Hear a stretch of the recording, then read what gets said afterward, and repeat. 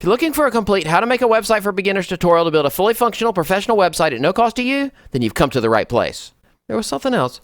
Oh, at the end of this video, I'm going to discuss the 4 biggest mistakes people make that drastically hurt your search engine placement. Turns out the solutions for these 4 things are really easy and they're free.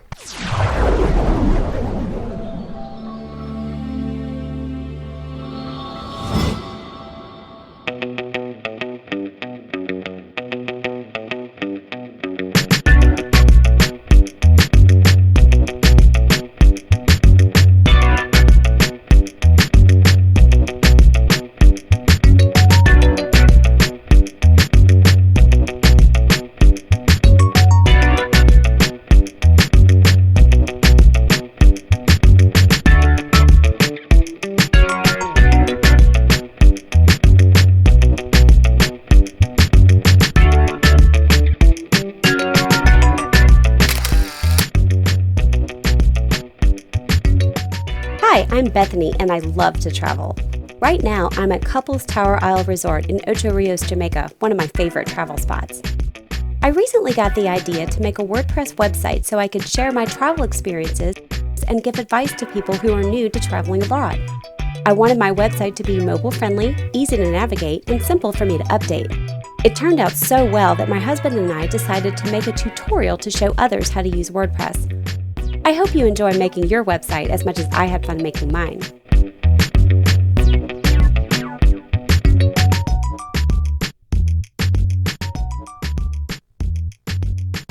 Thanks, Bethany. Hello, I'm Yoda. Welcome to my remote office, Sans Souci Resort, Ocho Rios, Jamaica. In this WordPress tutorial, I'm going to show you how to build a WordPress website with easy-to-follow steps, no hidden cost, in less than 2 hours of your time. This video will use all the current web design and web development techniques to create a fully responsive website that will automatically adjust to meet the screen needs of any type of computer, laptop, tablet, phone, or any other handheld device.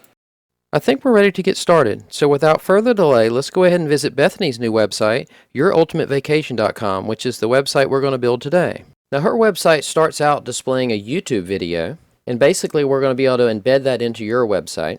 Now, initially you see this and you can already feel a little overwhelmed. It's like, wow, look at all this complicated stuff. But the truth is, the software we're going to use is going to do all the complicated stuff. All we have to do is tell it what to do. Now, to start with, Bethany's going to have a logo at the top left corner. We're going to learn how to make this logo for free online. We'll then learn how to find free video content that you can insert into your website, and then we'll learn how to insert that video content into your website. Now, as we scroll down, notice how the content animates in until it gets to its final destination. I'll show you how to do this animation yourself. It's actually very simple. We'll learn how to insert pictures into your website. We'll learn how to add text and change the size and the color. We'll learn how to make these little wave dividers. There's actually lots of different dividers to choose from. This is just the one we chose. We'll learn how to do call to action areas. Notice how the icon pops out and the button pops out, and we can control the colors of all this and the size and everything about it. Change the icon as well. We'll learn how to do these accordion lists where we could basically do any kind of frequently asked questions we want to do. Notice how you click on the different sections and it brings it up. Now, you're not actually doing any of the coding to make this happen. All you're doing is providing the content. The software we're going to use is going to do all the real work. We'll learn how to do a photo carousel. Notice you can force it to go to the right or the left, or if you let it sit long enough, it'll just scroll on its own. Notice in the testimonial section how the animation brings the content in nicely. We'll learn how to make this testimonial section with images and the different text sizes. We'll be able to control all this to whatever you need it to be. When we go to build this, you'll see that there's plenty of options to make this exactly what you want it to be. You have total control at that level. Then we're going to do this parallax background. Notice how the image slides up and down inside of the window. Then we'll learn how to add this floating box on top with a join our email list inside of it. We'll show you how to make the 2 fields that are required, and we'll also show you how to make the send button go exactly to who you want it to go to. At the very bottom, we have a footer. It has 4 separate sections. You don't have to use all 4 sections, but I generally do. You'll have complete control of the content that goes in your footer. Notice that column 4 has complete navigation that can take you anywhere from here, or you can hit the button at the bottom right, which takes you all the way to the top of the website. Then we'll build her About Us page. And on the About Us page in the header is this other logo. We're going to learn how to make that. Now also we'll learn how to put this movie in the header at the top. Now this could also just be a graphic or an image. We have full control over that. Here's another 2-column section that has some text to the left and image to the right. And then under destinations, you'll see that destinations is not clickable. We'll learn how to make that not clickable. I mean, it could be clickable, but we're going to learn how to make it not clickable. And then we're going to build individual pages under that. For example, the Destinations Jamaica page, which is definitely one of our favorite destinations. We're going to learn how to make this really nice header. In fact, if I turn around where I'm sitting right now, that's exactly the view I have. It's just unbelievable how beautiful it is here. Definitely one of my favorite places in the world to develop is right here at Sans Souci Resort, Ocho Rios, Jamaica. If we scroll down, you'll notice these little progress bars. We'll learn how to make these and have complete control over those. It's basically a status bar where you can control the text and the percentage. We'll also learn how to make these buttons that allow you to jump down to a particular place in the page. For example, if we scroll down to things to do, you can see that takes quite a while to get there. But if I click on the button, it takes me right there immediately. We'll learn how to make these pictures go all the way to the edge like this. We'll also learn how to put the text in the boxes and how to control the spacing around them. And we'll go back up to the top. We'll learn how to make a gallery. And one of the things this gallery has is called a light box. And a light box, all that means is when you click on an image, it brings it up in a highlighted box, and then you can click to the right or the left from here. Notice when we close that picture, it doesn't matter which picture you click on, it'll start rotating from that point. Again, you're not doing any of the mechanics of this. You're simply going to drag a photo gallery in, tell it which pictures you want to do, and it's going to do all the work for you. That's what's really incredible about this product. It really does all the work. All we do is tell it what to do. Then we're going to build a travel tips page, which includes all the travel tips that Bethany's collected over the years. Just an incredible list of helpful tools for people who want to travel abroad. Our goal, of course, is to build the page. And notice it has all these really cool accordion pull-downs, and all we did was provide the content. It did the work for us. And then finally, we'll build a Contact Us page. And on the Contact Us page, we'll learn how to do these separate sections. Again, these can be ordered however you want. This is just one example of how it can be done. So you can have phone, email, and address. The phone will be clickable. The email could be clickable, but we try to encourage people to use the Message Us form, so we made it not clickable here. And then we'll show you how to make the name, email, and phone fields required, whereas the subject and the Your Message fields are not required. And we'll show you how to make the Send button go exactly where you want it to go. And we'll learn how to insert a Google map into your website. Notice how the map can be moved around. It can be zoomed in. It can be zoomed out. And we should be able to complete the actual construction of the website itself in a little less than 2 hours. Now, all professional websites have certain intrinsic costs you simply can't avoid. For example, you're going to need quality website hosting, and that's going to run you about $10 a month. And you're also going to need a domain name. That's how you access your website, and that runs about $12 a year. I'm going to show you where I get these services from at a discount promotional rate. But if you choose to purchase your web hosting somewhere else and your domain somewhere else, this course will work just fine. But outside of those costs, that's it. There's no extra cost to follow. If you're concerned you're going to run into troubles while taking the course, don't. I've been a webmaster instructor, aka the WebYoda, for over 20 years, and I'd love to hear from my students. So as you work your way through this course, feel free to express your comments, suggestions, and questions below the video. If you have any troubles, just ask. I'll be more than happy to assist you. But in exchange, please pay it forward. Like the video, share the video, subscribe to the video, tell your friends about the video. This is the best way for me to get the word out there to help as many students like yourself as possible. So we're ready to start on our website, but before we can build a website, we have to have a place for our website to live, and that's what web hosting does for you. Otherwise, you'd build a website on your local computer, but only you'd be able to see it. You want to be able to have the world see it, so you have to get hosting so everybody else can see your results. The next question is, who are you going to get hosting from? Because obviously there's a lot of choices out there. So let's go ahead and dive into the web hosting matrix to learn more about why HostGator is the best web hosting solution for me.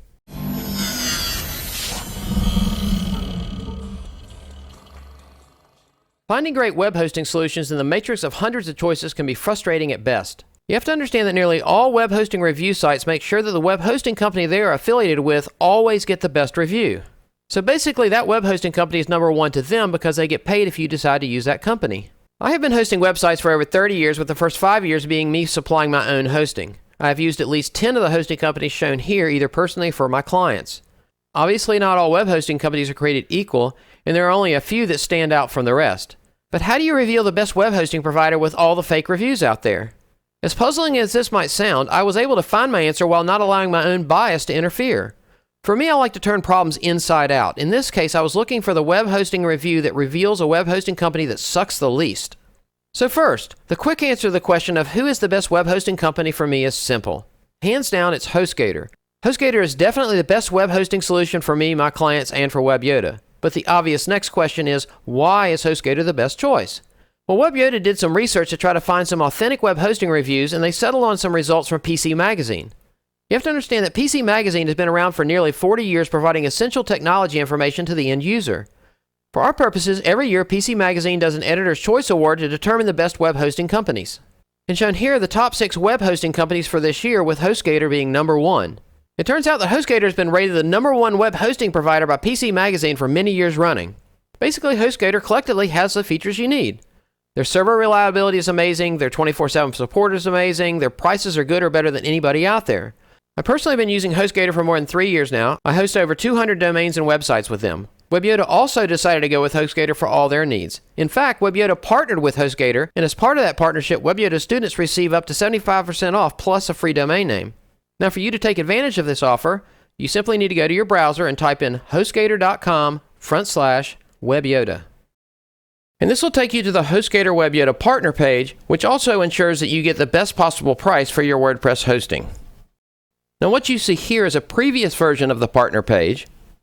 Let me refresh so you can see the partner page I'm seeing today. And I'm pointing this out because the partner page you might see might be slightly different than this one as well. But no matter what the partner page you see looks like, I want to make sure you're able to purchase your website hosting and install WordPress within your hosting account with absolutely no confusion on your end. Because YouTube videos can't be edited after they're published, there's a chance that HostGator will make a change to the WordPress install process that'll no longer match the video. If you find that's the case, simply go to webyoda.com/support and then click on this video at the top left, and that'll take you to the latest HostGator WordPress install instructions.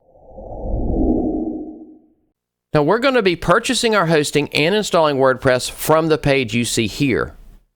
So as you scroll down, you're going to see a Get Started button here. And further down, you'll see all the plans that we're going to have to choose from. Now, the next small step is probably not needed, but I wanted to include it just in case. Suppose the video already doesn't match with what you see at HostGator. If that's the case, just click on the HostGator logo at the top left, and this takes you to the main page for HostGator, and then go to Hosting, and choose Shared Hosting, and this should bring you to the page that shows you the plans that we're going to use in this video. Now, in our case, we're going to assume the HostGator WebYoda partner page matches up pretty much with what you see on your screen, and go ahead and proceed with purchasing our HostGator hosting, installing our WordPress, and then I'll give you complete instructions how to build your WordPress website at absolutely no cost to you. So from the HostGator WebYoda partner page, you simply want to scroll down. You can choose the Get Started button if you like, and it'll take you to the plans, or we could have just scrolled down to get to those plans. Now, the reason you want shared hosting is because it starts around $2.50 a month, whereas dedicated server hosting will run you over $90 a month. Now, for most students, you're only going to need one website, which means the Hatchling plan will probably work fine for you. If you need 2 websites, you'll want to get the baby plan. If you want 3 websites, you're going to want the business plan. And if you need more than 3 websites, or if you need to upgrade from having one website to have multiple websites, just reach out to HostGator using the chat button at the bottom right, and they can assist you at adding any additional features you might need at a small upcharge. Again, most of us are just going to need the Hatchling plan because we're only going to need one website, which normally runs about $2.50 a month, but because of the WebYoda partnership, we'll be able to get you a price even better than that. So with the Hatchling plan, we'll be able to build our one website. It comes with 10 gigabytes of SSD storage, where SSD stands for solid state drive, which is the fastest drives available today. And 10 gigabytes of space is going to be more than enough to build any reasonable sized website. You also get free chat support, which is amazing. I use it all the time anytime I run into troubles. You'll also get unlimited bandwidth, which means your website can get unlimited traffic at no additional cost to you. You also get basic email included. You'll get a free domain name, a free secure key, which makes all your web pages secure. Now, as a very recent feature to HostGator, which spawned the making of this video, WordPress now comes pre-installed, so we don't even have to install WordPress, which is really good news for you and me. With the Hatchling plan, you also get malware scanning, which means that HostGator is always scanning your account to make sure none of your files have been infected and hackers haven't gotten hold of your account. Now we're ready to purchase our hosting account, so we'll go ahead and click on the Buy Now button. And this takes us to the application form for purchasing our HostGator hosting. The first thing we need to do is choose a domain name, where the domain name is just the name of your website. So for example, the domain name for WebYoda is webyoda.com. Now in most cases, people already have a domain name in mind that they want to use. In that case, we want to register a domain here. But some cases people already own the domain, so you can click that button, enter your domain name to proceed, but the process is the same. If you have your own domain name and you use this method and you have any troubles once you purchase hosting, just go to the HostGator chat support and they can sort things out for you. If you're unsure what the best domain name is for your website, or if the domain name you're interested in is already taken and you're unsure how to proceed, simply take a step back. You don't have to get your hosting right this very second. It's really more important to pick the best domain name, since once you've picked one, it's hard to undo that. Just go ahead and go below the video into the comment section and leave me a message that says, "Hey Yoda, I'm having trouble picking a domain name." Explain a little bit about your company, what you're looking to do with your website, and then I'll respond as fast as I can with some domain name suggestions so you can move forward. In my case, I know the domain I'm interested in, so I'm going to type in how to install WordPress. And then over to the right, you can choose the domain extension you want to use for your domain name. Most cases you want to choose .com. It's the most popular one in the world. However, there's plenty of other ones to choose from. We're going to go ahead and click on the search icon. Once the search is complete, you'll notice a couple things. First, the domain name I'm interested in is available, which is great news. And secondly, that domain name will be free thanks to the HostGator WebYoda partnership. Now, on the off chance your domain name was not available, as you scroll down, you'll notice there's lots of alternatives to choose from. You could also go back to the search box and try other options as well. So as I scroll down, when I get to the bottom, you'll see a section on domain privacy. Domain privacy basically hides your identity or your personal contact information for people who do search results on domain names. And on the surface, this looks like a pretty good deal. For $15 a year, I'm hiding my contact information, I'm making myself private. But the reality is, on your website, it's going to have your contact information. It's going to have an address. It's going to have a phone number. So somebody's going to be able to find you either way. So it's kind of up to you whether or not you want this privacy, because you're only making it private for people viewing the domain name information. It doesn't make it private for any other methods people might try to contact you. So in my case, I'm going to leave the domain privacy unchecked. If yours is checked and you don't want it, make sure you uncheck it right there. And now we want to choose the hosting plan that's best for us. In our case, we picked the Hatchling plan to begin with. We wanted one website. Under the billing cycle, we have 3 choices. We can choose 1 month, 12 months, or 36 months. 1 month is really not an option for us. We don't get the free domain with that. 12 months and 36 months gives us a free domain name. So basically, you're trying to decide, do I want to commit to 3 years of hosting, or do I want to commit to 1 year of hosting? With the 1 year of hosting, you're going to get the best price for the day. For the 3 years worth of hosting, you probably get a better price in the long run. But it's just a matter of how long do you want to sign up for and commit for now. We're going to go ahead and choose the 12 months for this example. And now I'm going to scroll down. At this point, you're going to enter a username and password here. Then you're going to enter your billing information here. And now you're confronted with additional add-on services that you may or may not need for your website. I can tell you that most websites won't need any of these services, but I'll give you a detailed description of each of these additional add-ons. Then you can make an informed decision about which of these features are best for you. The first is a backup feature that'll automatically back up your website on a daily basis, but I happen to know they do automated monthly backups for you at no cost to you. And I'll also provide you a video on the backup solution I use for WebYoda and all my clients. If you're looking to make scheduled automated backups of your WordPress website where you're in full control, as well as make manual backups at any time that you can store locally on your own computer, then you'll want to check out my WordPress backup and restore video at some point. The next is the SSL certificate, which makes your web pages secure, but purchasing through the partner program, you're going to get an SSL certificate for free, so there's no reason to buy one here. And the next add-on is SiteLock Essentials. And basically, they're charging you to monitor your site and then tell you if there's any problems with your website. But this is very similar to the malware scanning we already get for free. And I can assure you that HostGator is significantly more concerned about their hosting and about their servers from being attacked from the outside world than we are. And so they're going to make sure that nothing goes wrong on our behalf, whether we pay this fee or not. So I'm going to deselect that add-on. Scroll down. Next is Yoast, or Yoast, depending on who you ask. And this plugin is the most popular and best search engine optimization plugin, SEO plugin, available today. What's interesting is they also have a free version, and the free version will do everything that we're going to need. The free version is the one that I use, and the free version is the one that I show you how to add to your website in every one of the videos where I teach you how to build a website. This means there's no reason to purchase this because we're going to be able to do everything we need with Yoast for free. The next add-on is e-commerce basic. This allows you to add, for example, purchasing features and or a shopping cart to your website. But if you're looking to build a shopping cart website, I have a video on how to build a shopping cart website at absolutely no cost to you. Let's scroll down. And now we're at the final steps of our application page. We've got a coupon code field, and then we've got our current order. Notice that it should already be at around $31. But on the off chance you get a better price, you can put the WebYoda code in there and hit validate. And we're still getting the same price, but we're still getting a really good deal on this. Your hosting account comes with 24/7 live support via their chat window. They're super helpful, super friendly, very knowledgeable. Your account comes with instant account activation, meaning once we've purchased, our hosting will be available immediately and we can start working on our website. They have a 45-day money-back guarantee. So if for any reason you're not satisfied with your hosting, just go to the chat window, let them know you'd like a refund, no questions asked, they'll take care of that for you. We got our domain name for free right here, and our plan is for 12 months. We'll scroll down. We have to agree to their terms. It's already clicked for me. It might need to be checked for you. And we're ready to check out, so I'll choose Checkout Now. Congratulations, our hosting account is now set up and ready to use. All we need to do is log into our account. Now in this case, they just got the My Account button. When we click that, it's going to automatically log us in. But the next time you go to log in, you're going to need your user ID, and it's going to be whatever email address you used when you set up your account, as well as the password you used when you set up your account. Now at this point, we're going to click on the My Account button, and that's going to take us directly into our hosting account. So let's go ahead and click the My Account button. And that takes us directly to our hosting account. Now I wanted to quickly show you how you're going to be able to get back to here the next time you need to log into your hosting account. It's pretty easy. All you need to do is go to HostGator.com. And then from the main page for HostGator, click on Sign In at the top right. Enter the email address that you used to sign up for your account here. Click on Next.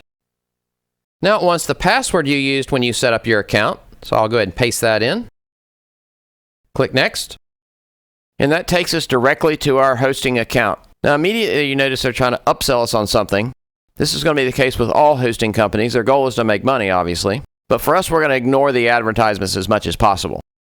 So at this point, we can just go into our HostGator menu. It's going to be here at the top left. I click on that, and I have 3 choices. And we're going to choose on Hosting. And now would be the point where we would install WordPress. However, the great news is HostGator just made a change. They're automatically installing WordPress for you without any effort on your part. So basically, all we need to do is start editing our website. Because if we scroll down, here's the Edit Site button. It's already ready to go. So for us, all we need to do is scroll down and choose Edit Site. And notice that it came up with this offer. These are the kind of things you can expect from any hosting company. They're going to try to sell you on things. Our goal is to get around these. Let me go ahead and close that. Let's click on Edit Site again. And basically, this is what we're trying to find.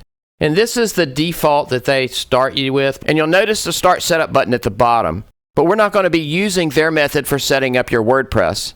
And that's because if you use their method, there's going to be lots of paywalls in the way. And we don't want to have any paywalls. If you follow my instructions through the end of this video, it'll get you all set up where everything can be done for free. Then you can follow any of my how-to videos on how to build a website, which will allow you to build your website entirely free at no cost to you.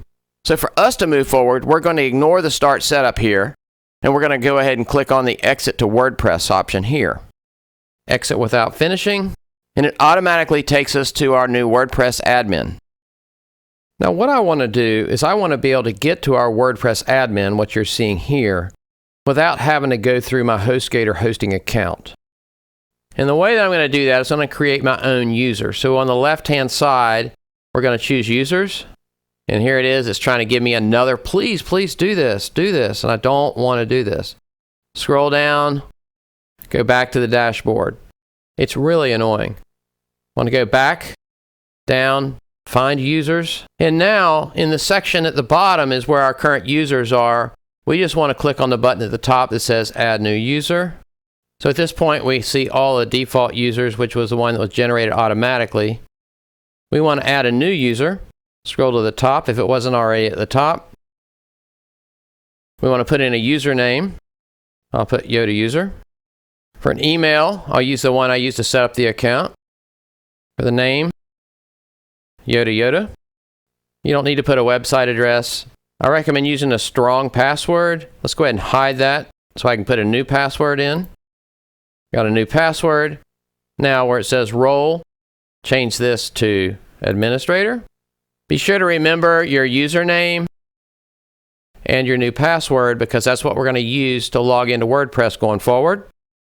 I click on Add New User. That new user has been added. Yeah, sure, I'll save it. Now I can come up here and choose Log Out. I'm no longer logged in. So now the trick is, how do we log into our WordPress website admin without having to go through HostGator to get there? Well, there's two pieces of information we're going to need. First, we're going to have our domain name. Now notice right now that HostGator has set aside a temporary website that's not really our real website. And the reason they've done this is because when you purchase hosting, the hosting's available immediately, but the domain name may take a while because it has to propagate across the internet once it's been purchased and activated. So the first thing we need to do is make sure that our domain name is now active. To do that, let's go to the address bar, and in the address bar, put the domain name for your new website. It's whatever domain name you picked when you chose to set up your hosting. Now in my case, my new website is howtoinstallwordpress.com. So now that I've entered it in there, if I hit enter, if everything's up and ready to go, you'll get a website that kind of looks like this, meaning that you have a default website and it's functioning. However, if your domain name is not available, it's possible you'll see something that looks like this. So if your domain name was not ready yet, you'll need to wait a couple hours and try again, sometimes up to 24 hours. But the goal is to be able to go to your domain name and get something that looks like this, indicating that there is a website there, even though it's not going to be the one we're going to build. Once you get this, now we're ready to log in to our WordPress admin. Now, the trick is, how do we log in to our WordPress admin? And the answer is, we have our username and password now, we just created it. But what you want to do on the location line is go to your website address. So in my case, it's howtoinstallwordpress.com. Then on the end of our domain name, we type a /wp-admin, and we hit enter. And that takes us to the login page for our new website. Now, one of the things you'll notice is up on the URL, it still says that it's trying to connect to the temporary domain name. And that's one of the things we're going to fix now. It's actually the last step before we're ready to start building our website. My username and password are already there. It pre-populated them because I saved it in the system. So all I need to do is click on Login, and it automatically takes us to the admin for our new WordPress website. I got there directly instead of having to go through my hosting account. But again, notice I'm on the temporary domain name. So let's go ahead and change the temporary domain name to our real domain name. To do that, on the left-hand side, we're looking for Settings. You'll click on Settings. So under General Settings, there's a number of different things we'll want to change. The first is your site title. In my case, I'm going to put How to Install WordPress. Your site title will be whatever your website's about. And then you can pick a tagline. In my case, Your Ultimate Guide to Installing WordPress. Now, these can be changed at any time by coming back into the Settings tab, so it's not like you're making a permanent decision here. The next thing we're going to change is the address to get to our WordPress and the address for our website. And now that our domain name is working, we've already tested it and we saw that it's working, we're ready to put that in there. So in my case, it's going to be howtoinstallwordpress.com, but you're also going to want to put this at the beginning, https://. And what that does is tell your website to be secure. That's what the S does. So in my case, it's going to be howtoinstallwordpress.com. Now, in your case, it's going to be your domain name. So you want to have your full URL, https:// and then your domain name. Now, the slash on the end is not needed. So now that I have my correct URL in here, and definitely make sure that you have it correct before you save this. I'm going to copy that into the box below because I want them to be the same. And the final thing you want to do to have complete control of your WordPress admin is set the administrative email address to your own personal email. And that way, any of the emails related to your website will come directly to you. So in the email box, I'm going to put yoda@webyoda.com. And now I can scroll to the bottom and hit Save Changes. And once I save changes, it automatically takes me to a login box. And now look up here. It says howtoinstallwordpress.com. So now I'm actually at my domain name, But also notice it doesn't have our username and password because when it was saved to that temporary one, which is no problem. It just means we enter them again here. So for me, my username is Yoda User. Now I want to enter my password for when I set up my new user in WordPress. I hit login. It's going to ask me again, do I want to save it? Sure, I want to save it. Now look at this. We're live with our real domain name using a username and password that we created, so we're in complete control of that. And now we'll no longer have to go through our HostGator account to log into our WordPress admin. But you're saying to yourself, hey Yoda, I see how you logged into the sample account, but how am I going to log into my own WordPress admin? I will show you. As an example, let's log into the WordPress admin for the website we're going to build today. Now, since Bethany's domain name is yourultimatevacation.com, we want to go to the URL yourultimatevacation.com/wp-admin. In your case, you'd enter your domain name followed by /wp-admin. So I'll go ahead and enter my username, Yoda User, and then I'll paste in the password I chose when I installed WordPress. You would simply use the username and password you chose when you installed your WordPress. At this point, we can click Login. And now we're looking at the dashboard for the WordPress admin for Bethany's new website. Now, when you see the WordPress admin come up for the first time, it can be very intimidating. You're like, oh my God, what have I got myself into? This looks really complicated. How am I going to build that website we looked at earlier using this stuff? But fear not, we're not going to be using any of this craziness. We're going to have a very simple way for you to do this.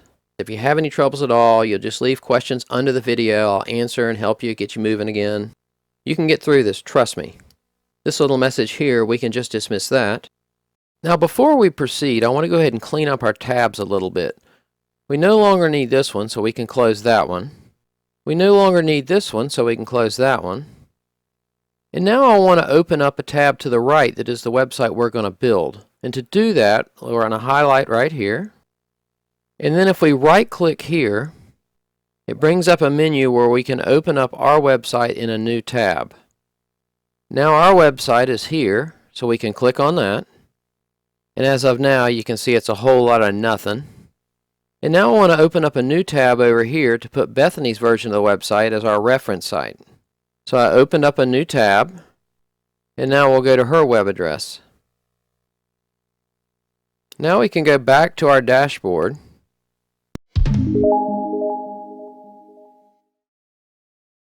Now that we're ready to get started, I wanted to cover a couple of tips that will really help you out. First, some subscribers have pointed out that I tend to talk too fast. This is unavoidable as my processor runs a little faster like a child's processor, probably because I refuse to grow up. Fortunately, YouTube offers a feature to slow videos down to meet your needs. So for example, I'm going to go to this video in a new browser window. Now within the video, I'm going to choose the settings gear. I'm going to choose playback speed, 0.75. Now this is what 75% sounds like, which should probably meet your needs. Now I'll choose playback speed again. I'll choose normal, and we're back to normal speed. Next, I want to scroll down. And within the content under the video that I've provided, there's going to be an entire set of timestamps that allows you to pick any particular spot in the video to proceed.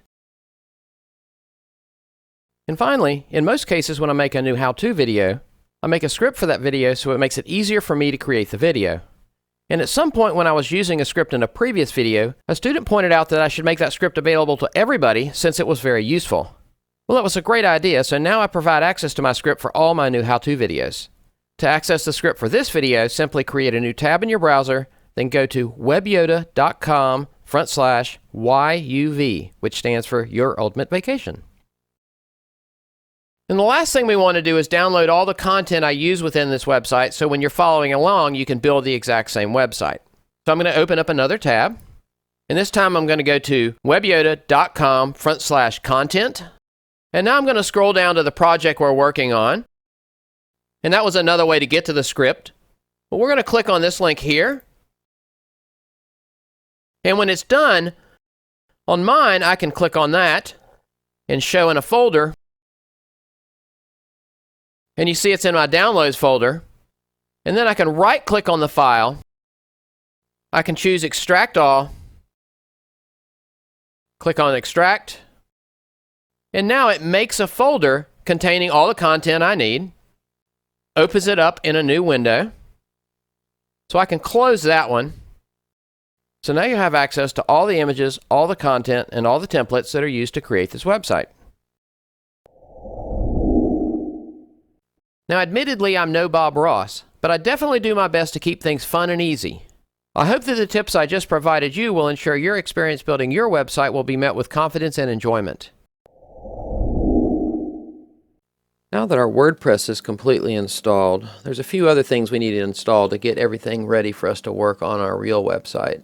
The first of those is called a theme. So we're going to click on Appearance and Themes, and then we're going to be adding a new theme. But first we need to do is download the theme we're going to use, and so we're going to make a new tab in our browser, and then we're going to go to WebYoda.com/themes. And this brings up the themes page on the WebYoda website. And now we're just going to scroll down to the project we're working on, in this case, YourUltimateVacation.com. And the theme for this website is Ocean WP theme. So we're going to click on that, and it will download it to our Downloads folder. And each time I do a download like that, mine automatically brings up a window like this. Yours may not. And I can click Close on that, and now I'm ready to upload our new theme. And to do that, we can go ahead and close this tab. We're going to go back to WP Admin, and at the top of Themes there's an Add New button. We clicked on that, and now we're going to click on the button that shows up in the same spot, Upload Theme, and we're going to choose a file on our local computer. In this case it's in my Downloads folder, and it's called oceanwp.zip. I click on Open, and now I'll click on Install, and it will install that theme. And once the theme is installed, you make sure that you click on Activate, which is right here, and that makes it the active theme that you're going to use for your website. Now, oftentimes when you do an install of the theme, it's possible that they've made updates to it, which they do fairly regular, and you'll see an update button. If you see one, just click on the update button and it'll give you the latest version of that. Now there's one last thing we need to install before we can actually start building our website, and that item is plugins. Now plugins are the tools that are going to allow us to build our website. Much like a contractor has tools to build a house, WordPress uses plugins to build websites. So on the left-hand side we can click on the word plugins. Now inside of plugins there's going to be a list of all the plugins that come by default within your WordPress environment. But these plugins are for somebody else's website, not for ours. So our first step will be to delete all of these WordPress plugins, and then we'll proceed to install the plugins we'll use with our website. To delete plugins, you first have to deactivate them. And on the left-hand side, you'll see a box that says Bulk Actions. If you do the pull down, you can choose Deactivate, and just below that is a box you can click called Plugin that will allow you to select all the plugins at once. Now we're going to click Apply. At this point it's going to deactivate each one of them. Now they're deactivated. At this point we can go to the Bulk Actions option again. We can choose Delete. We can choose our plugin button to select them all again. And then we click Apply. Click OK. Yes, we really want to do this. And we watch one by one as they get deleted and clean up our environment. So now all the plugins are deleted, and we're ready to start installing our own plugins. To install our plugins, we first have to download them to our local computer, then we can upload them into our WordPress environment. To do that, we're going to make a new tab in our browser. We're going to go to WebYoda.com/plugins. Now on this page, scroll down to the project we're going to be doing. In this case, YourUltimateVacation.com. And one by one, we're going to click on each of the plugins to download them to our computer. First plugin we're going to download is Elementor. And this is the page building plugin that's going to allow us to build our amazing website today. Every time I download a plugin, I get one of these pop-up boxes, and I don't need all these, so I'm going to close these as I go along. The second plugin is Contact Form 7. Now Contact Form 7 is the most popular contact form plugin for WordPress. It allows us to build the contact forms where we can send information from our website to us from the users. The third is CF7 Elementor. And this allows the Contact Form 7 to work inside the Elementor environment. The fourth is Ocean WP Extra, and these are extra plugins that work well with the theme that we installed. And the final one is the Duplicate Page plugin. And this thing is amazing. It allows you to take, for example, the Destinations Jamaica page and make a copy of it and call it a Hawaii page, and then we can just change the content to be the new page we need. So during post-production of this video, WordPress made some updates and changes that made the video no longer in sync with WordPress. This turns out to be the case for just about every video out there.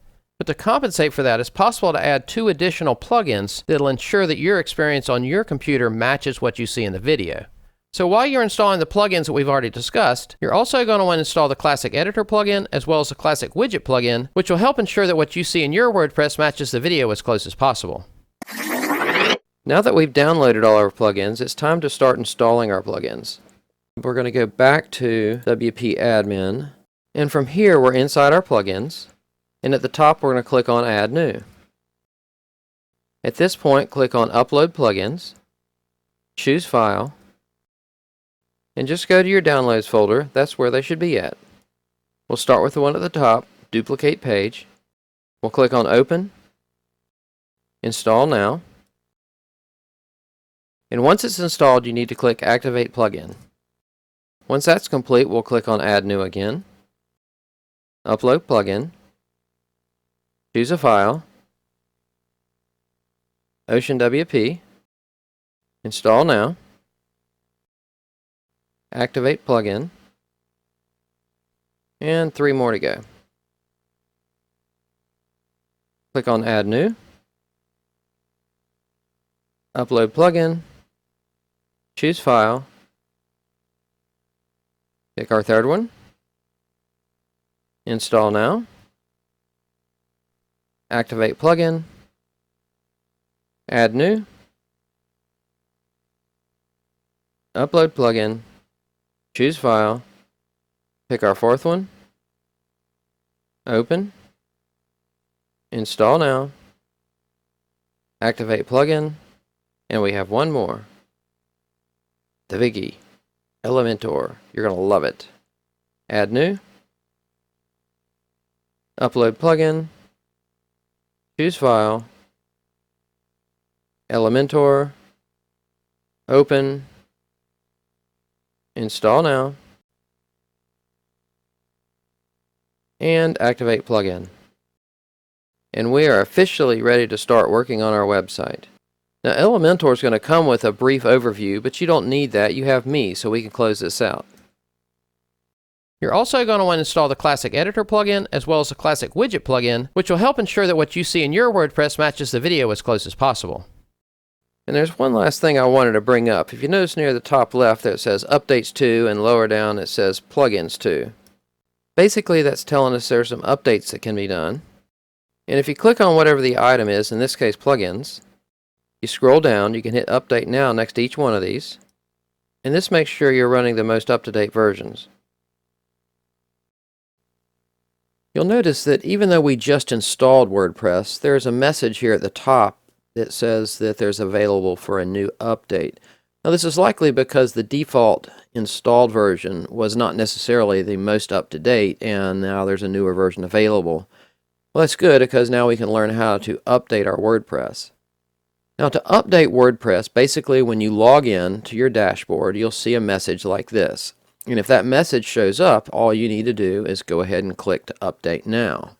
So we'll click on Update Now. And at the top of the WordPress Updates page, there's an important notice to back up your database and files. Now if this is a new WordPress environment where you haven't built anything yet, you don't need to worry about the backup. But if you've got your website already up and running, you're looking to update your WordPress, you'll want to back those up. Now we already have a video for backing up your database and files called How to Back Up Your WordPress, and it's using a product called Backup Buddy. And use that video to see how to do automated and manual backup so that you can go ahead and do that before you would proceed. At this time we're going to go ahead and click on Update Now, and this starts the update process for the WordPress. Now the update's complete, and it usually doesn't take too long, but it could take a little bit longer. It just depends on circumstances. And from here we can just click on Dashboard to get back where we were at before we started the update. Now one of the things you'll quickly notice when you're working on your website is that the dashboard will change regularly. For example, what you're seeing right now in the dashboard is what it looked like before we installed our plugins, and it's just information about what's going on currently with WordPress, and a lot of times it's advertisement for things that you have installed or advertisement for things they might want you to install. Now, once we installed our theme and our plugins, you'll notice that this is what the dashboard looked like, and it has information about our new theme, and it has information about our mentor and things that are going on. And these little windows are movable, so they might be useful for you and give you information about what's going on and things like that. But many times things will come up like this little piece at the top. It's just an advertisement. They're recommending something, but we're not going to be using that. So we can close those little advertisements out like that.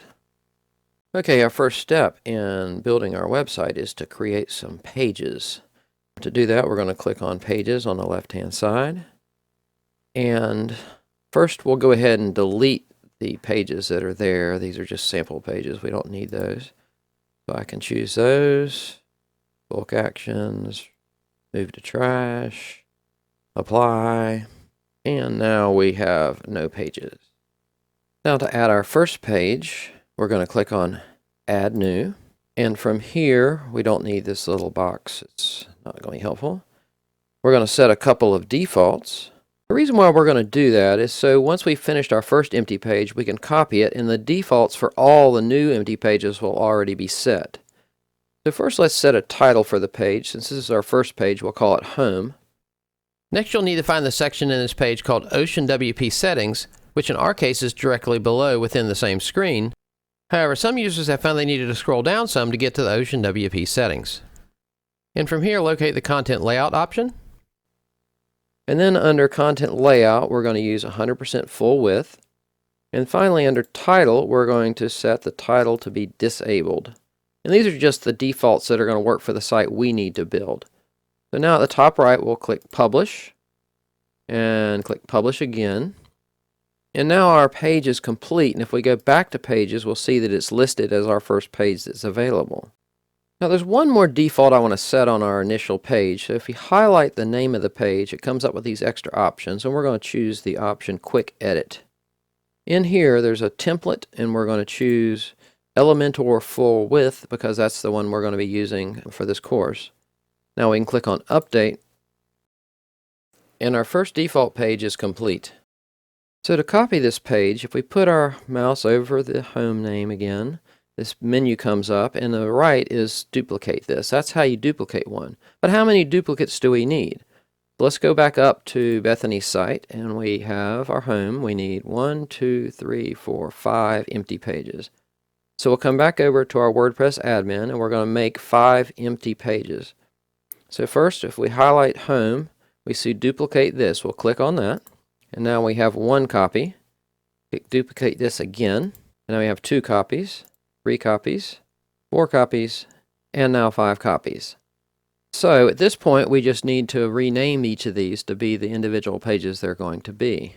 So if we hover over the name, we can choose Quick Edit, and the first page is going to be About, so we'll put a title of About, and the slug name is basically the name of the page itself when you go to click on it, and we're going to make that lowercase because the server is case sensitive, and now we can hit Update. Now our second page name is going to be Destinations, so we go into Quick Edit, Title of Destinations, and Slug Name of Destinations, lowercase. Update. Now we're ready for our third page. We click on Quick Edit, set the title of Gallery, the slug name of Gallery, lowercase, and we click Update. Now we're going to do the Travel Tips page. We click on Quick Update. So we're going to give it a title of Travel Tips, a slug name of Travel Tips with a lowercase t, a dash, and another lowercase t. And the reason why we like to use a lot of these words is if you're using keywords in your slug names, it makes the search engines like you better. So now we need to scroll down a little bit so we can see our Update button. We'll click on Update. And now we're ready to change our last one. So we hover over the name, click on Quick Edit, Title of Contact, Slug Name Contact, lowercase. Scroll so we can see the word Update. And now all our individual pages have their own individual names. To edit the pages of our website requires us to access the Elementor plugin. And to do that, it's the same for all pages. First, you want to make sure you can see the list of your pages by clicking on Pages on the left. and then choose the page you want to edit. Let's say we want to edit the About page. So we clicked on the About, and at the very top there's a button that says Edit with Elementor, and we're going to click on that button. This loads our page in Elementor, and now we're ready to make edits. Now let's say we're done making edits and we need to get back to the dashboard. You come to this hamburger icon, you click on that, and at the very bottom is Exit to Dashboard. Now when you go to Exit Elementor, depending on what version of Elementor you're running, you may get this message. All you want to do is click on the down arrow, choose All Post, and Apply.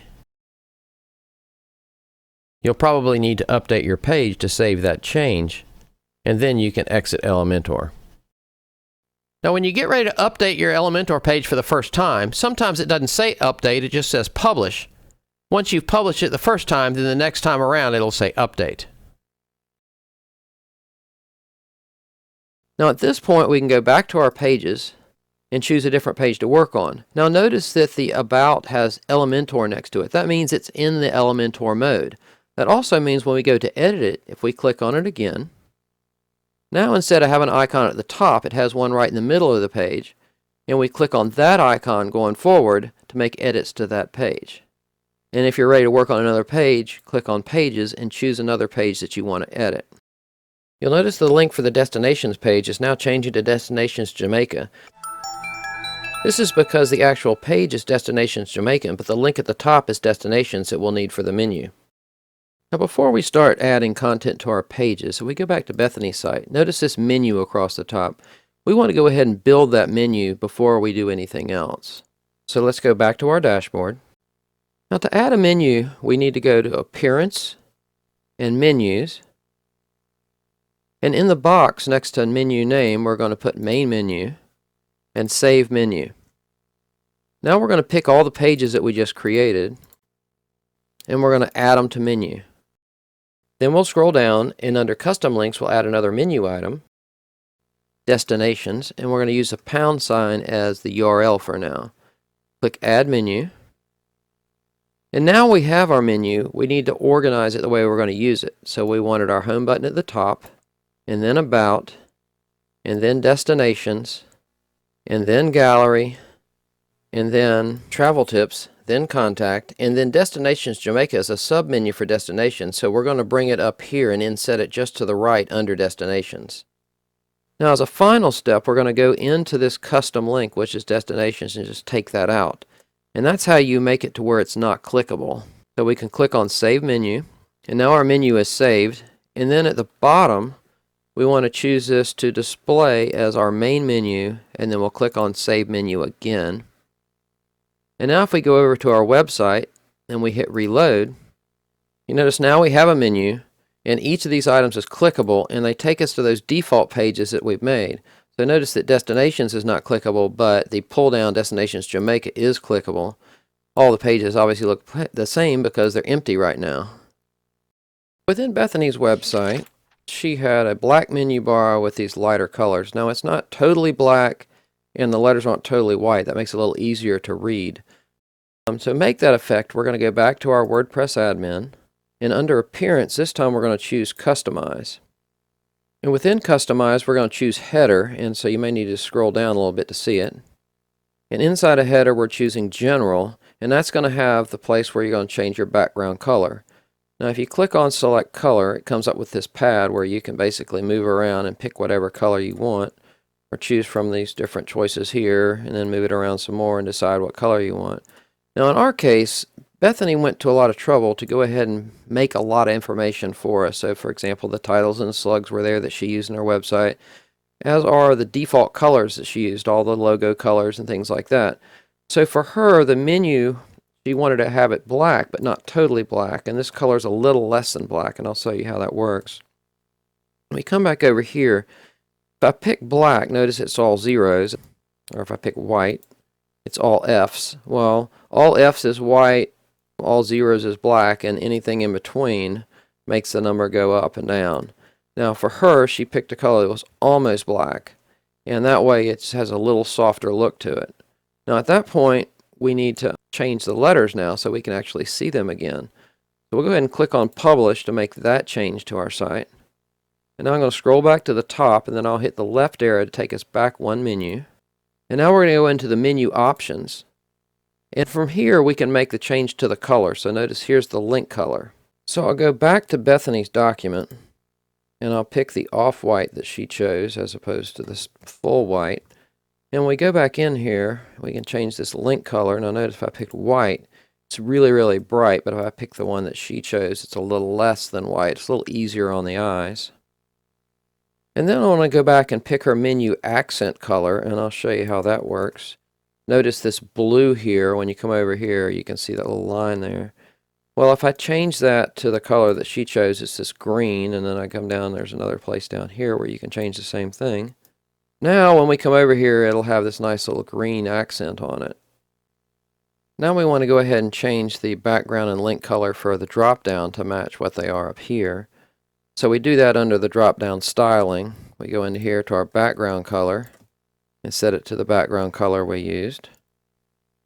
And then we'll scroll down to the link color and use the color that she chose there.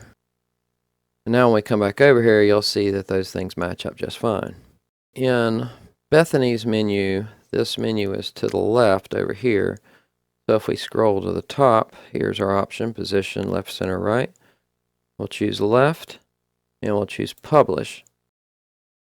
And now the only thing left is to add our logo to replace this text, so we'll do that next.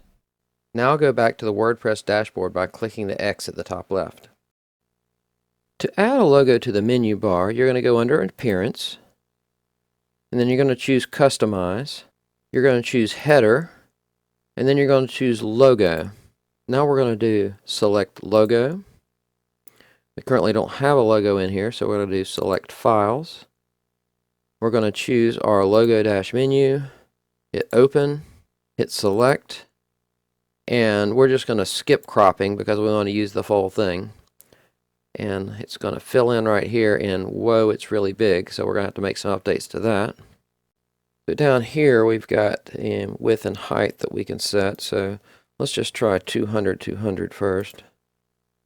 And that actually looks pretty good, but I think I'm going to make it just a tiny bit bigger on both of these so that the your and the .com look a little bit bigger. And I think that's good, so we're going to go ahead and click on Publish. And we'll come back over to our website, and let's hit Reload. And look at there, we're making progress. But you're saying to yourself, but you don't have a logo. What do I do? I will tell you. If you're looking to make a professional logo for your website online at no cost to you in about 5 minutes time, then you'll want to check out my Make a Free Logo video at some point. Now we're going to go ahead and add our Favicon icon. That's the little icon that'll go right here. So we're going to go ahead and go back to our WordPress admin. And again, for the sake of being thorough, we're going to go back to the dashboard. And from here, you're going to go to Appearance, Customize, Site Identity, and then down here, we're going to select Image. And we currently don't have the image uploaded yet, so we're going to do Upload Files, Select Files, pick our logo transparent, our real big fancy one, click Open. Now we'll click Select, and it is the correct cropping already, so we'll say Crop to Image. Now the Favicon's been added, and we can click Publish. And now if we go up here and reload, it should show up. And it did. Well done. Now one of the things we need to do is define our home page. We have a home button, and that does take us to the page that would be our home page. But the main home page is going to be whatever it is when you come into here, which is just your URL by itself. And this is a page that isn't going to exist in our site. To set our home page, we're going to go back to our WordPress admin. And again, for the sake of being thorough, we're going to start at the dashboard. Under Appearance, we're going to pick Customize. Then we're going to choose Home Page Settings. And now we're going to choose Static Page. And for our home page, we'll pick Home. Now we can hit Publish. And now we come back over here and we hit the logo again. And that shows that it comes back with our empty page. It no longer shows that default page from before. So we have now updated our home page. If you notice when we click on one of our pages, the names of these pages have index.php inside of the name. And what we want to do is we want to change our naming convention. And to do that, we're going to go back to our WordPress, go back to the dashboard, and from the dashboard, we're going to go to Settings, and then we're going to click on Permalinks. And this is the different types of naming conventions. The most popular is called post name, and the reason is basically it's your URL and whatever you gave your slug name to be. It's clean and it's helpful for the search engine, so that's the one we want to use. So now we can scroll down, hit Save Changes. Now if we come back to our website and we reload, the About Us page just comes with the word About. Okay, so now it's working correctly. Now, not all websites can benefit from a search option. For example, Bethany's website, the navigation itself should get you to just about everything you need. So we're going to go ahead and remove the search option from her website. To do that, we're going to go back to our WordPress admin, and under Appearance from the dashboard, we're going to go to Customize. Then we're going to go to Header, Menu, and then we're going to scroll down until we see the option that has to do with the search box. Search icon style, it says drop down, and we're going to say disabled, and notice it went away over here. We'll hit publish. Now we go back to our website and we reload, and it's no longer there.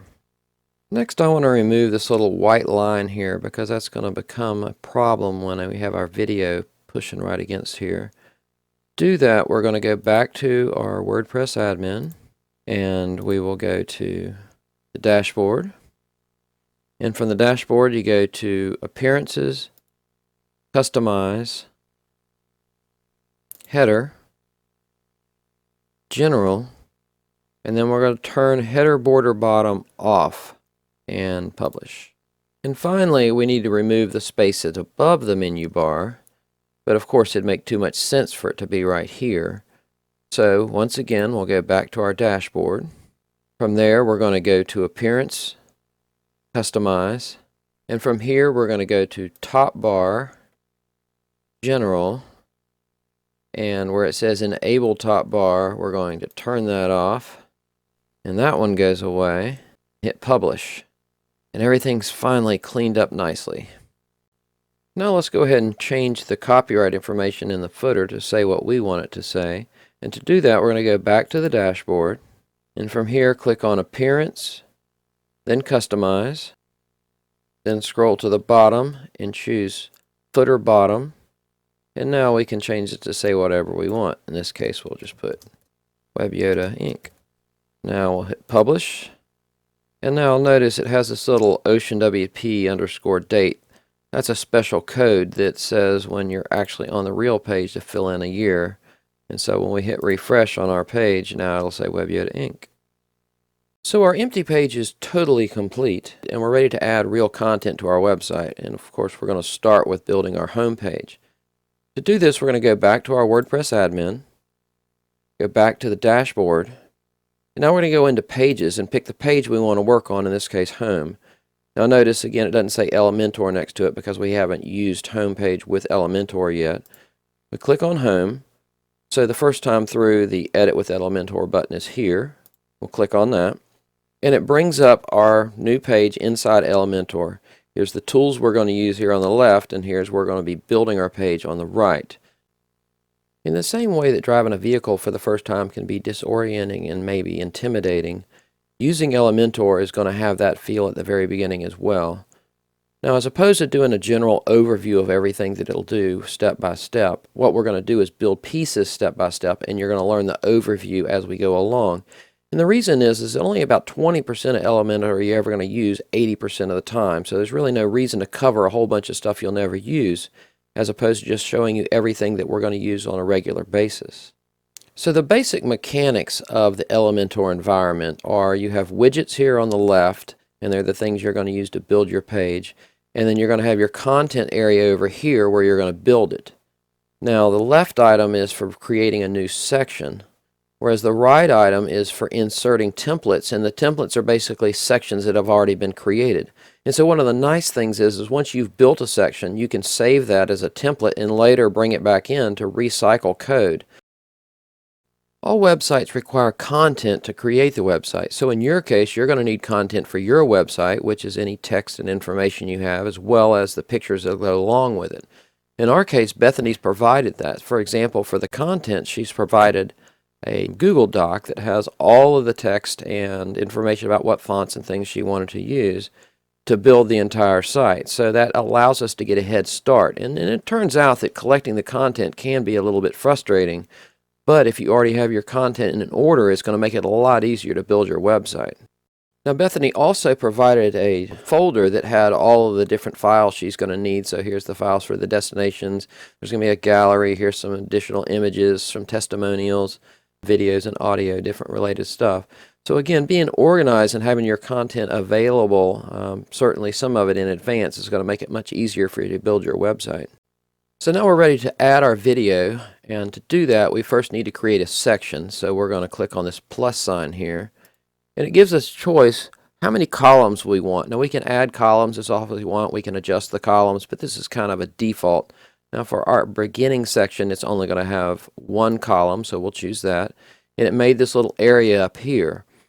Now on the left hand side, it has three different things you can do. You can control the layout, the style, and advanced features of the particular section. Now in this case, under layout, I'm just going to set the height to be fit to screen. And that made this really big area, and it's going to allow us to put a background video in that spot. Now to add a video background, you first have to have a video. And in our case, we're going to provide you with some resources below this video to get access to free video clips.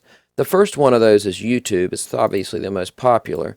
And one of the advantages to the YouTube environment is any video you use from YouTube, you don't have to worry about licensing, because part of the agreement is if they put it in YouTube, it gives you the privilege to at least display it in your own personal website. Now in the search box, I'm going to type 4K beach. And the 4K is for basically really high resolution videos, and beach, be obvious. We're going to click on the first one, and here's this really nice beach scene.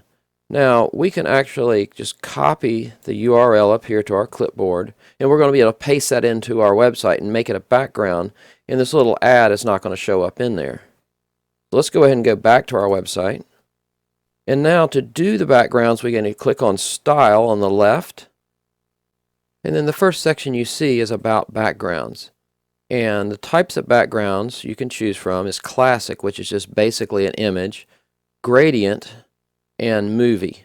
So let's review each of these to see how they work. So let's look at making a background here. We can click here to add an image, and then we're going to upload an image that we want to use. We're going to select files, and then we're going to go.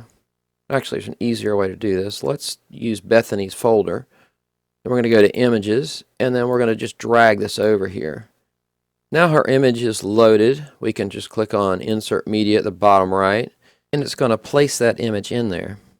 Now initially our background is black, and we're like, well, that didn't give us what we were looking for. But if we come over here to Positioning on the left here, we can choose Center, Center. And then scrolling down, you'll see there's always extra options if you scroll. Let's set the size to cover. All of a sudden now it kind of makes sense. The second option is this gradient. Now depending on the version of Elementor you're using, there's multiple ways these color palettes will show up. So for example, some users would see the icons looking like this, whereas other users might see these icons as a choice. Regardless of which set of icons you see, clicking on the icon will bring up the color palette. Clicking on the icon again will close the color palette. The second option is this gradient. If you want to choose a gradient, and it's going to choose between two colors to gradiate between. So let's pick a second color, pick this green, and so it gradiates from one to the other.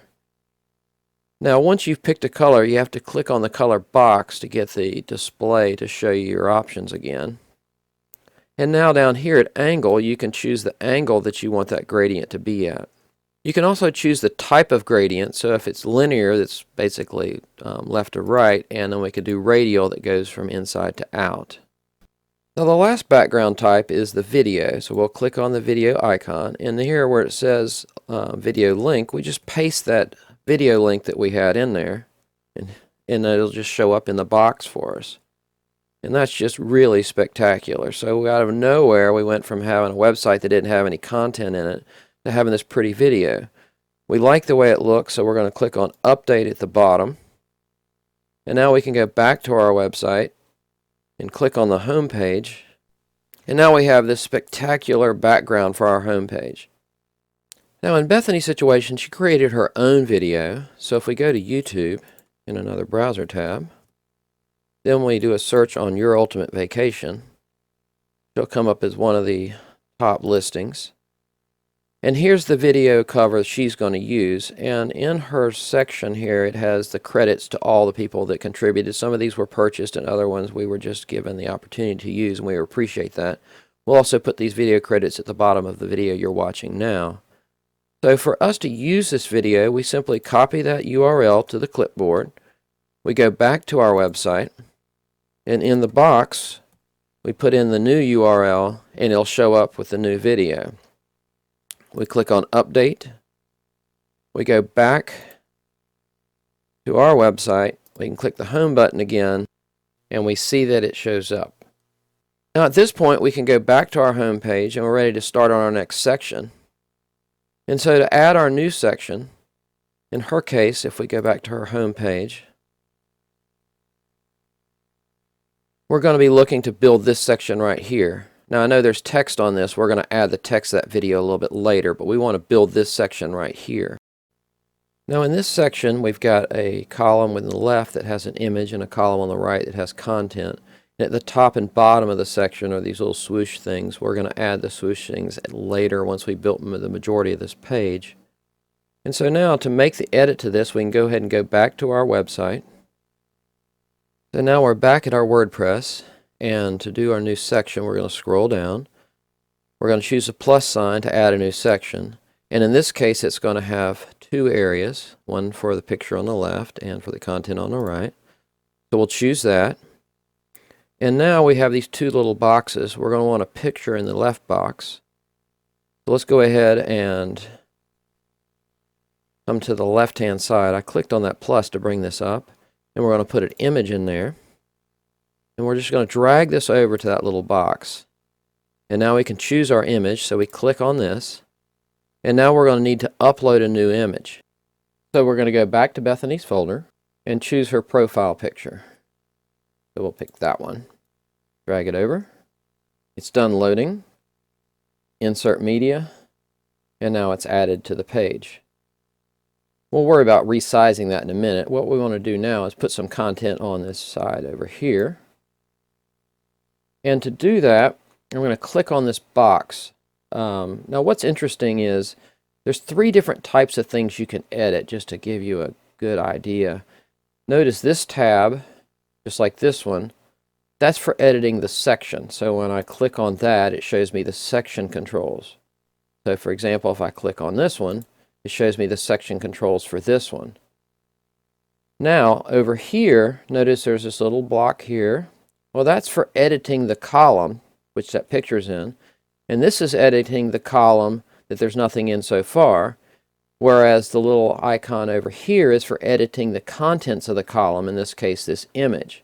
So we can edit the section, which gives us controls. We can edit the column, which gives us controls. And we can edit the item itself, which gives us controls. So now we want to add some text to the right column. And if I click on that box, it comes up with the options over here. And we're going to put a header in there first. So let's drag a header over there just like that. And it shows up with some default text. Now it's possible to edit the text here, but you're better to edit it on the left-hand side. It ensures you don't accidentally get some additional funny formatting in there. So we're going to come in here and put our new text, Your Ultimate Vacation Guide. And now I want to add another line of text below that.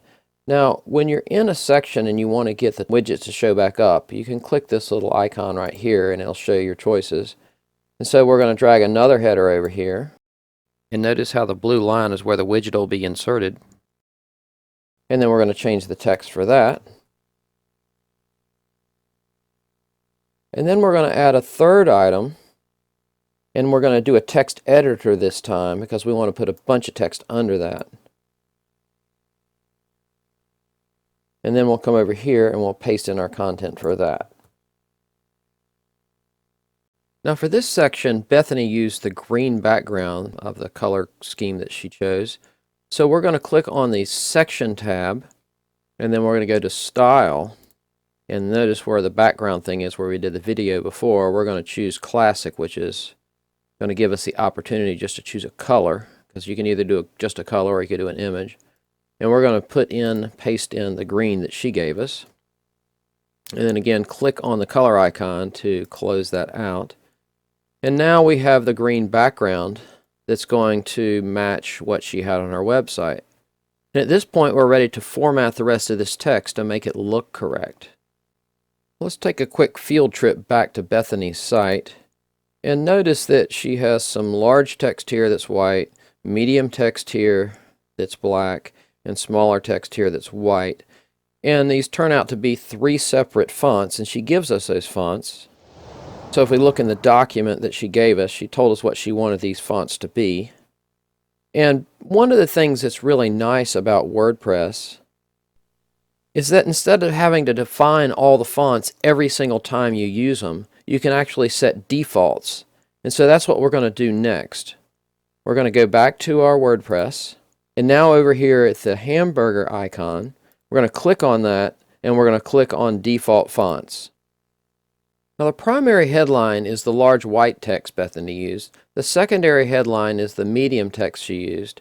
And the body text is just the regular, everyday I'm reading in a website text. Now accent text we haven't used, and so we're not going to be setting that today. So we're going to go ahead and set the 3 types for Bethany's website. Now the primary headline for Bethany, she chose Lato. And then the weight we're going to leave as the default is 600. Basically the weight is how bold something is. And when you look inside of there, default, you got bold, and then you've got a gradiated scale. And I think 400 is basically regular bold. So 600 is a little bit more bold than that. Next, for the secondary headline, she wanted to use Roberto Slab, and that ends up being the default in this case, so that worked out well. And we'll also use the same weight for that's the default there. And then we're going to click on the body text as our last one. And for body text, she chose Open Sans. So we'll go ahead and choose Open Sans, and we'll also use the default weight for that. Now at this point, we can hit Apply, and now all of our default fonts have been set. But you're saying to yourself, hey Yoda, how do I know what my font choices are? I will tell you. Well, let's go over here to our tab, and then we're going to type in Google Fonts and hit Enter. And then from here, just click on the first link. It'll be fonts.google.com. And these are all the fonts that are built into WordPress that are usable by you. And they're broken down by the different types of categories and trending fonts and different things like that. So basically, if you're interested in a certain font, let's say, well, what does Lato look like? Well, I can go and type it in, and then I can see, well, that's what Lato looks like. Now with our default font set, we can go in and set the color and size of the different fonts we're using. So we're going to head back to our WordPress. And just a reminder, remember if you click here, you're editing the section, which is this entire area. It's the information that applies to that whole area. If you edit in either of these little black boxes, you're editing the particular columns. And if you edit the little right edge of these are for the particular items that are within the columns. So there's 3 levels of editing. Now in this case, we want to change the size of this particular piece of text. So we're going to click on the little blue box here, and it brings up the controls for that on this side. Now remember, there was something called a primary heading, which is the large text that's white, and the secondary heading, which is the medium text that is black. Well, to choose those, it's down here under this HTML tag. We want to choose H1, which is going to make the primary heading the choice for this text right here. Now we're going to click on the style options for that, and typography is going to allow us to set style for that particular font, whereas above that is text color. Now that text is supposed to be white, so we'll click here and we'll go ahead and choose white. And again, click on the little box to exit out of there. So now our text is white. Now we can do the typography. And the typography is going to allow us to set the individual attributes for the font. So for example, if we want to change the size, we can scroll in and out on this, or we can manually set it. We're going to set it to 50 in this situation. And then the weight, we could set that. That's going to be our default. Now for transform, if you want it to be all uppercase, it'll do that for you. All lowercase. Capitalize, which makes the first letter capital on each word. Normal. And we're just going to stick to the default. Also under style, you can pick normal, italic, or oblique. In this case, obviously default. And the decorations allow you to say whether it's going to be underlined, overlined, line through, or none. We're choosing default. And at the bottom, you can choose a line height, which is how much space is between the lines, and you can choose how much space is between the letters. And by putting nothing in these boxes, you're going with the defaults on those as well. And for me, I'm almost always using the defaults because they're set to a standard for a reason. Alright, so that typography's fixed. Now text shadowing allows you to set text shadowing around it to a particular color. So let's say we want to have it to be black. We can choose black, and then as we scroll up or down, you notice that the letters over here are getting a line around them, bigger and smaller. And if I close out of that, I can choose a blend mode. So it gives you a lot of different options as far as ways of having special effects on your text. Now for me, I'm just going to have normal, and I'm not going to have that particular feature on this one, so I'll pick default. Now I'm going to set the text for the next box, so I'll come over here and click on that. And I'm going to go to Style, and we want to use black for this one, so we'll choose black. We'll exit out of that. And then under typography, it turned out that she had decided, even though her secondary headline she wanted to be Roberto's Slab, that in this particular use she wanted to make it Montserrat.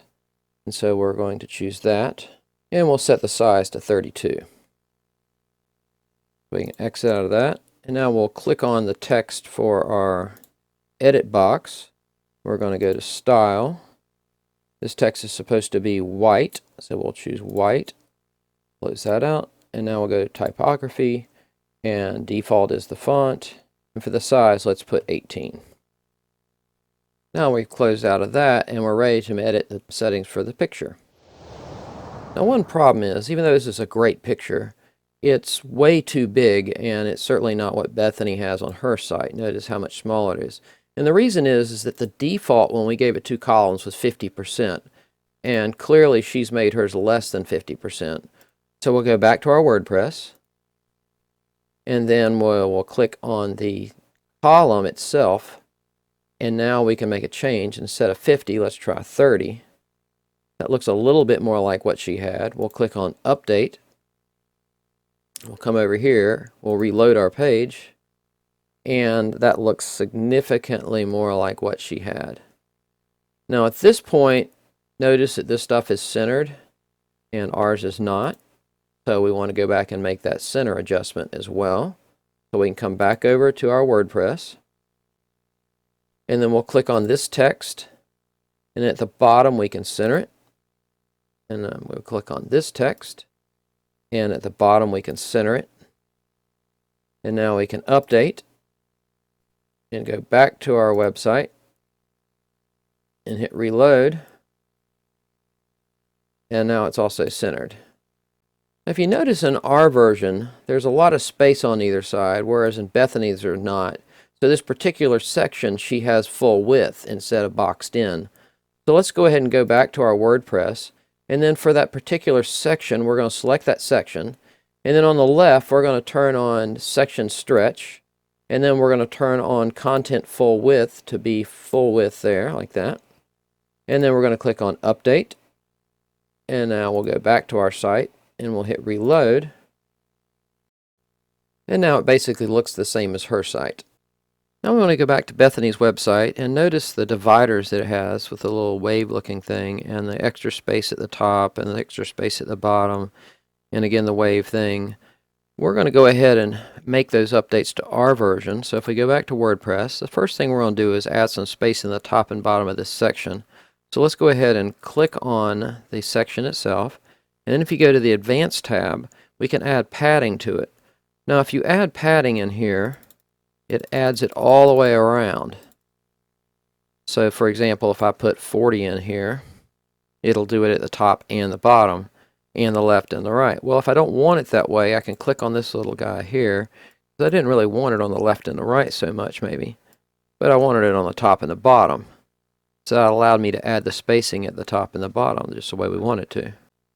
Now we're going to add the spacer in between here that looks like a little wave. And it actually is added to the bottom of the top section. So we're going to click on the top section and make it the active one. We're going to go to Style, and at the bottom of Style there's a thing called Shape Divider. And inside Shape Divider you can put a divider at the top or at the bottom, or both. We're going to choose bottom.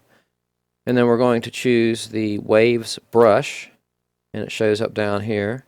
And now we're going to click on to change the color and use the green that Bethany used. Exit out of that. And then we're going to set the height of this to say 60. And now we have that wave divider there. Now to put the wave divider at the bottom, we're going to come into this section. We'll scroll down. And then we're going to go back into our style for this one. And we're going to scroll down, Shape Divider, and we're also going to put it on the bottom. And then we're going to choose our shape of the Waves brush. And it's the white, the same as hers. You see if it come over here, hers has a white one at the bottom. So that's okay. But it's too tall. So we'll go in here and change the height of that to say 60. And then there's not enough space in between these anymore. It's a little close. So we'll go back to our Advanced tab. And where we had 40 for the bottom, let's try 60. And maybe 70. So now we have enough space. We have the divider at the bottom and the divider at the top. So we can hit Update. And then go back to our website and hit Refresh. And we have the divider at the top. And we have the divider at the bottom. And we're ready to do our next section. Now we're going back to Bethany's website to review the next section, which are these 3 call to action areas. And notice when you move your mouse over the icon, they pop out a little bit, and over the buttons, they pop out a little bit. We're going to create one of these call to action areas, and then we'll make 2 copies and then just change the content on those. So let's go back to our WordPress, and now we're going to make a new section, and this section is going to have 3 columns in it. And now for the first column, we're going to click on that. We're going to want to add what's called an icon box. So we're going to scroll down, and there's our icon box. We're going to drag that over, and look at that little blue line. Where that blue line is, that's where it's going to insert it at. And now I'm going to go back up here, and I'm going to click on this icon to bring the list up again. And I'm going to grab a button, and we're going to bring it down here, and we're going to add a button below that as well. And while we're here, we'll go ahead and center our button so our button's in the right spot. Now we want to style our icon box, so we're going to click on that to make it active. And up here where it says star, we're going to pick sun because that's the one we used. The title we're going to use is destinations.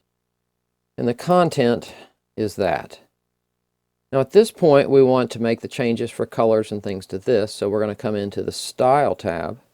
And under Primary Color, we're going to pick the yellow that Bethany used in her website. Close that out. And then under Content, it has 2 areas. It has the title, which is this guy, and it has the description, which is this guy. And for the description, for the title, we're going to set the color to the teal that she used. It was in her list of colors. We'll close that out. And now under Typography, we're going to make the font a little bit bigger. Let's say 28. And then for the description size of the font, let's go down here and make it a little bigger. We'll choose 18.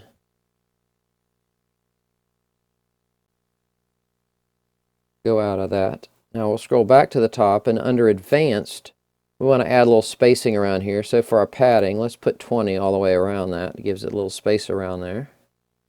And then notice that our icon doesn't bounce. So let's go back to the Style, and under here, it has normal and it has hover. And basically when you hover over it's when that happens. So we're going to click on hover. And then the hover animation, we scroll down and it says bounce in. And now when we move our mouse over it bounces like the other one. Now I don't want these words to spread out in this section as they are. So we're going to click on that. We'll go into our style for that section. At the bottom is the content. And this is the description. So we'll go into typography and scroll to the bottom of that. And we'll see that there's a line height. And let's just put that at 1.3. That's a lot better. Now let's make some changes to our button. So we'll click on the button item. And the text on the button should say Learn More. The link should be for our Destinations Jamaica page. And then we're going to set the color of the button under Style. We'll just click on the background color and put Bethany's green in there. And close that out. Now we're ready to update.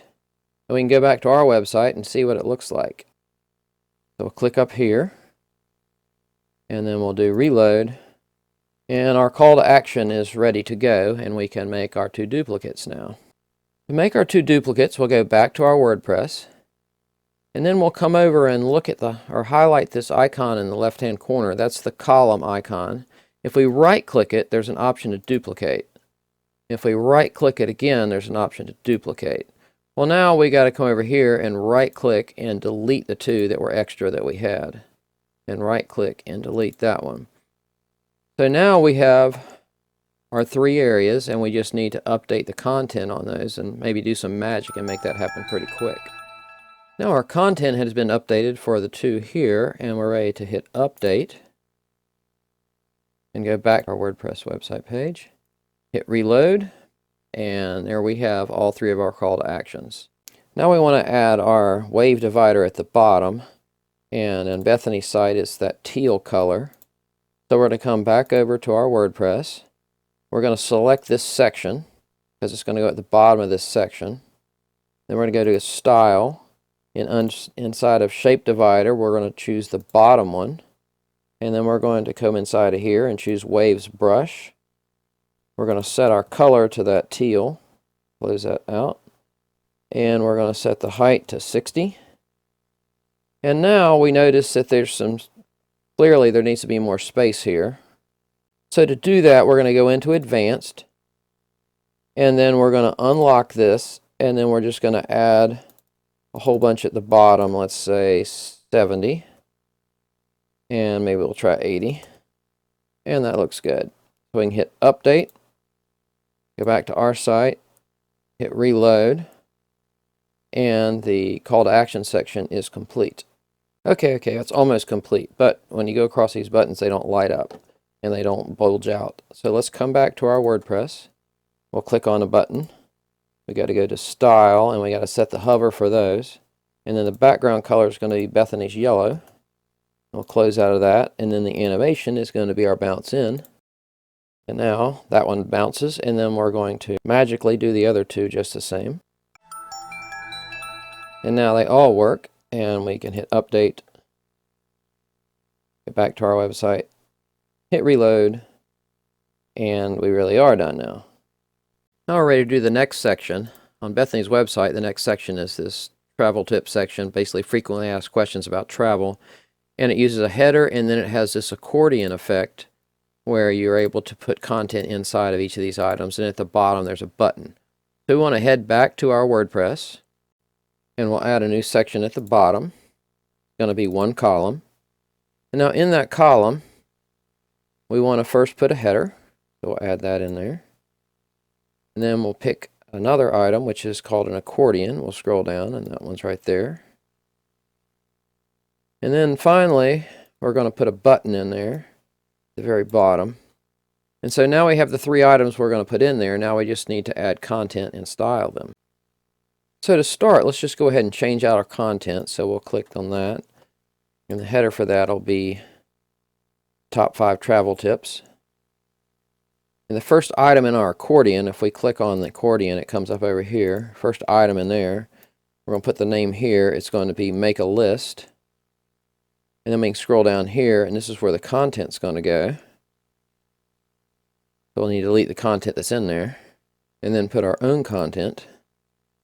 And so now we have our first one, and now we're ready to edit the second one. So we can come down here and we click on the second one right there.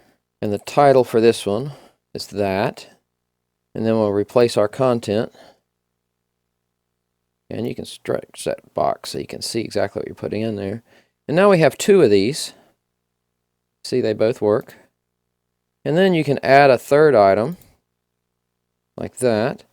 And we'll put our title here for this one, like so. And then our new content. And we can scroll down. Actually, we can close that one by clicking there. And then we can add another one for our fourth of 5. Put the title there. Put our content there.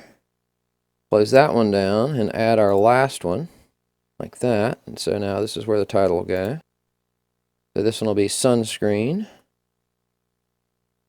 And the content. Sunscreen's good. Use sunscreen. And now we have a fully functional accordion with a title and a button, but we still have some more work to do on these. Now we're ready to style this section, so we'll start by styling this header, and we'll come into the style section, and the color for this header is going to be Bethany's yellow. And then we're going to go into typography to set the size, and let's go ahead and set that at 30. And we can close that out. Now we'll click on the accordion, go into the style for that, and then under title, we'll set the color of the titles to white. Now that's obviously going to make it disappear for the moment. So we'll pick white, close that out, and now we'll go into the background, and we're going to set the background to that teal that we use. But to do the teal, it needs to be in the section, so we need to click on the section, and then go to style, because we want the whole section to be teal. And then we get a background type, classic, and we're going to set the color and set it to that teal. And all of a sudden everything shows back up. We can close out of that. Let's go back into our accordion, and we want to go back to the style for the title, because under typography we wanted to make that font a little bit bigger, so let's say 30. And then close that out. And then for the content itself, we want typography, and we're going to set that content to say 18. And then we need to set the color for that to black. And that might do it. Now that looks kind of big though, so let's change that out. Go back into title and typography. Try 20. And if we click on that, that looks really good. Okay, so now we need to work on the button, but I'm going to actually delete the button, and I'm going to delete it for 2 reasons. Number one, it's going to be styled the same as these, so basically if I make a copy of this one, I don't have to put all the bells and whistles on it, I just have to change a few settings on it. And secondly, I want to save this section as a template so we can use it on our travel tips page later. So let's go ahead and delete our button, so we can come over here and right click and choose delete. And now we want to save this as a template. Now to save this as a template, we go up to the section tab, we right click on it, and then we choose save as template. And then we give it a name, so I'm going to say your ultimate vacation dash, and we're going to call this travel tips. And now we have that particular travel tip saved, and when we go to our travel tips page, we'll be able to insert that, and we'll have to build it again, so that'll be real helpful. And when we get there, we'll show you how to do that. So I'll close that out. Now we're going to make a copy of this button. So I'm going to right click, duplicate, and now I can drag this button down here, and notice it, bam, right center, just where we want it. So now all we have to do is make the updates to this button. So this button, if we click on it, over here is where we need to change our text. And the button should say more travel tips. And the link will be that. And now we've got everything set up and ready to go. We can click on update, go back to our page, hit reload. See our new accordion in action. Everything's working. Now the one thing is, this is a little close to the top, so we should add some space at the top and the bottom, and we're going to find that we do that all the time. So we're going to come in here, go back into the section, go into the Advanced tab, unlink all those, and then for the top, we'll say put 20, try 30. And for the bottom, 30. And that should do it. We'll do update, back to our site, hit reload, and that section is ready to go. Now one thing I forgot to do is that in Bethany's sites there's no lines around it. In our site there is, and it actually turns out that there are lines around hers. You can't get rid of the lines, but you can tell the lines to be the same color as the background, which basically makes them go away. So we're going to do the same thing on ours. So we're going to come back over here, and then we're going to choose the accordion, and then we're going to go into style, and then the border width, nothing matters. You put 0, it doesn't work, but you can come in here and change it and use that same teal, and then when you go to update and you go look at the site, those lines will disappear. And so we have the effect we want. Now I went ahead and went back and resaved our template without the line, so when we use our template later it'll be correct as well. Now we're ready to do our next section, and on Bethany's website you'll see it says image carousel, and the dividers actually overlay into the images, so they're actually inside, both of those are inside that section, so we'll be adding those as well. So let's go back to our WordPress, and then we're going to scroll to the bottom, create a new section, one column. And on the right, we're going to make this full stretch, full width, with columns having no gaps. We're basically wanting this thing to be as wide as possible. Now we're going to click on this icon to bring up our list, and we're going to do the image carousel. And it's going to be located a little bit farther down. Drag that over. And now it's entered in there. Now we need to add images. So we can click on images here. And we're going to upload images. Then we're going to go to Bethany's image folder, and inside of her folder is a gallery, and then we're going to select all of these. There's 24 of them. Drag them over to the left, and it'll insert all of those for us. Now our images have uploaded, and we can click on create a new gallery and just choose insert. And here's our gallery. Now we're going to set the image size to full. And then we're going to tell it to do 3 at a time, to show 3 at a time. I think that's the default. And then we're going to do slide 3 at a time.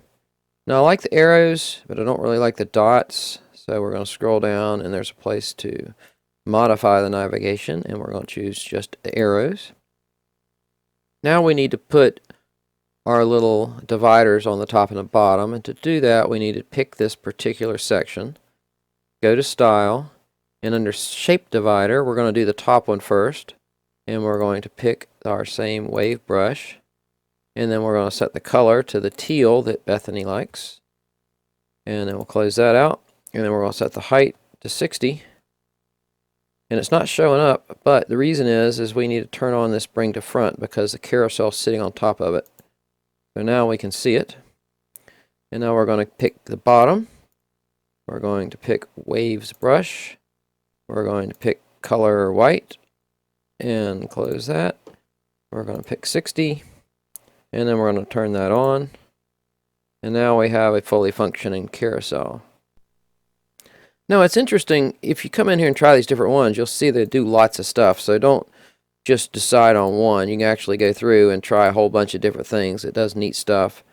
I just happened to pick this one. Actually, Bethany picked it because it looks really good for what she's trying to do. So now our carousel is complete. We can click on update, go back to the website, hit reload, and we're ready for the next section. This carousel we're actually going to use on multiple pages, so let's go ahead and go back and right click on the section and save as template, and we'll give it a name. Your Ultimate Vacation. And this will be Carousel. Save it. And now we have these two that we'll be able to recycle and use later. But you're saying to yourself, boy, those images look really good. Where am I going to get a bunch of images like that for free? I will tell you. If you're looking to access the best royalty-free photos and images online at no cost to you, then you'll want to check out my best free stock photos and images video at some point. Now we're ready to go to our next section, and that section will be the testimonials. Now notice the animation and stuff. We're going to show you how to do all that animation later, but at this point we're just going to learn how to build this testimonial page. It's going to have a header, it's going to have one testimonial, and then we'll clone it, and then we'll make another clone to have 4 of them total and a button at the bottom. So that's our goal. So let's go ahead and get started, and we're going to go over to our WordPress. Start a new section. We'll have one cell. We're going to make it a stretch section, full width. And then inside of it, we're going to put some different widgets. So let's go to the menu of widgets. We're going to have a header at the top. Now pick another widget. And then we're going to have this intersection. And basically what an intersection is, it's kind of a sub-widget. So I just mentioned we're going to insert the intersection widget. But some students have noticed that sometimes that doesn't come up as one of their options. Instead, they get this container. All that means is that your Elementor is in a different mode, and we need to set it in the correct mode. So if you click to look at your widgets, and it doesn't show the intersection widget there, and you type it in the box, let's say you type enter, and you still don't see the widget there, that means we need to change the mode that your Elementor is in so that we can reveal the intersection widget.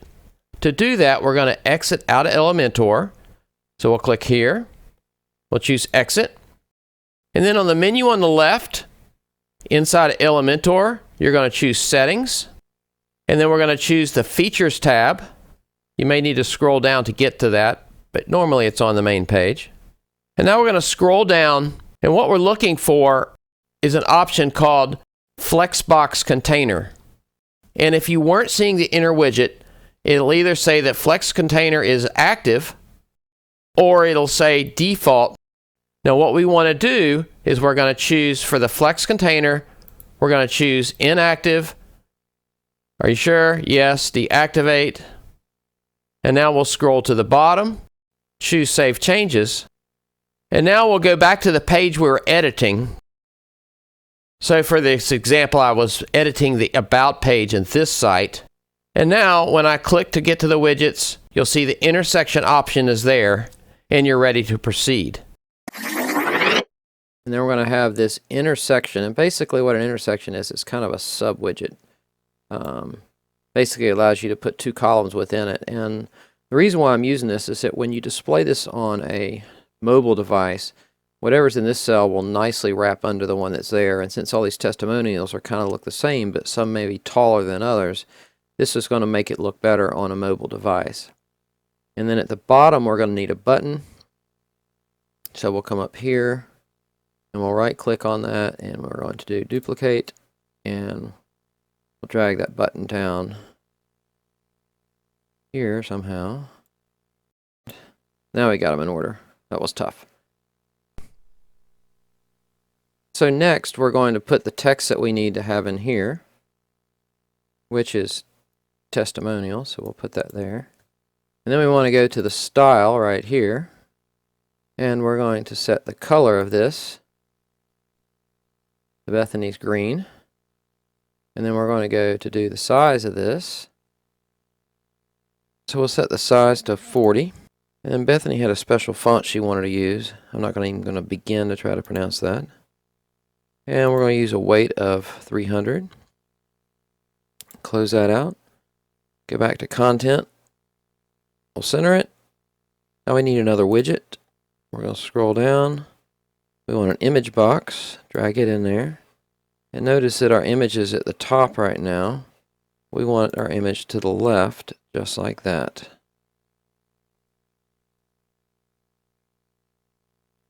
And now we need the image. So we're going to come over here and click on image. And we need to upload some images. And to do that, we're going to use Bethany's folder. So go back to here, and then under Testimonials. And we'll go ahead and drag all these in at once. And then we're going to pick that one, I think is the first one. Let all those load. And that's the item we're going to pick for the first testimonial. So we'll insert that media. And then we're going to click on the heading for this. And the heading is going to be that. Now, in HTML, instead of just an ampersand, you're supposed to put that particular code. So you want to make sure that you do it the same way that's there so that it works in all browsers. Now we need the content that's going to go in here. So we'll put that in there like that. And now we have a testimonial built. And now we just need to style it to be the same as Bethany's. So now we'll go over to our Style tab. And this determines the space between here and here. So let's say if I put 20 in there, it makes it a little bit bigger. And this decides how big this is. So let's say we'll put 40 there. And at the bottom, we can modify the content for these two things. For example, the title. We want that to be black. So we'll scroll down and choose black. We can close that out, and then we can check in on the typography, see what our options are there. Let's go ahead and set this to 20. That might have been the same, but it looks good. Close that out, and then when we go down to the typography for the bottom and scroll and look at that, go ahead and make that 15. That's a little bit bigger. And that should do it. The only weird thing is there's a little tick mark in there, so let's go in and change that and get rid of that.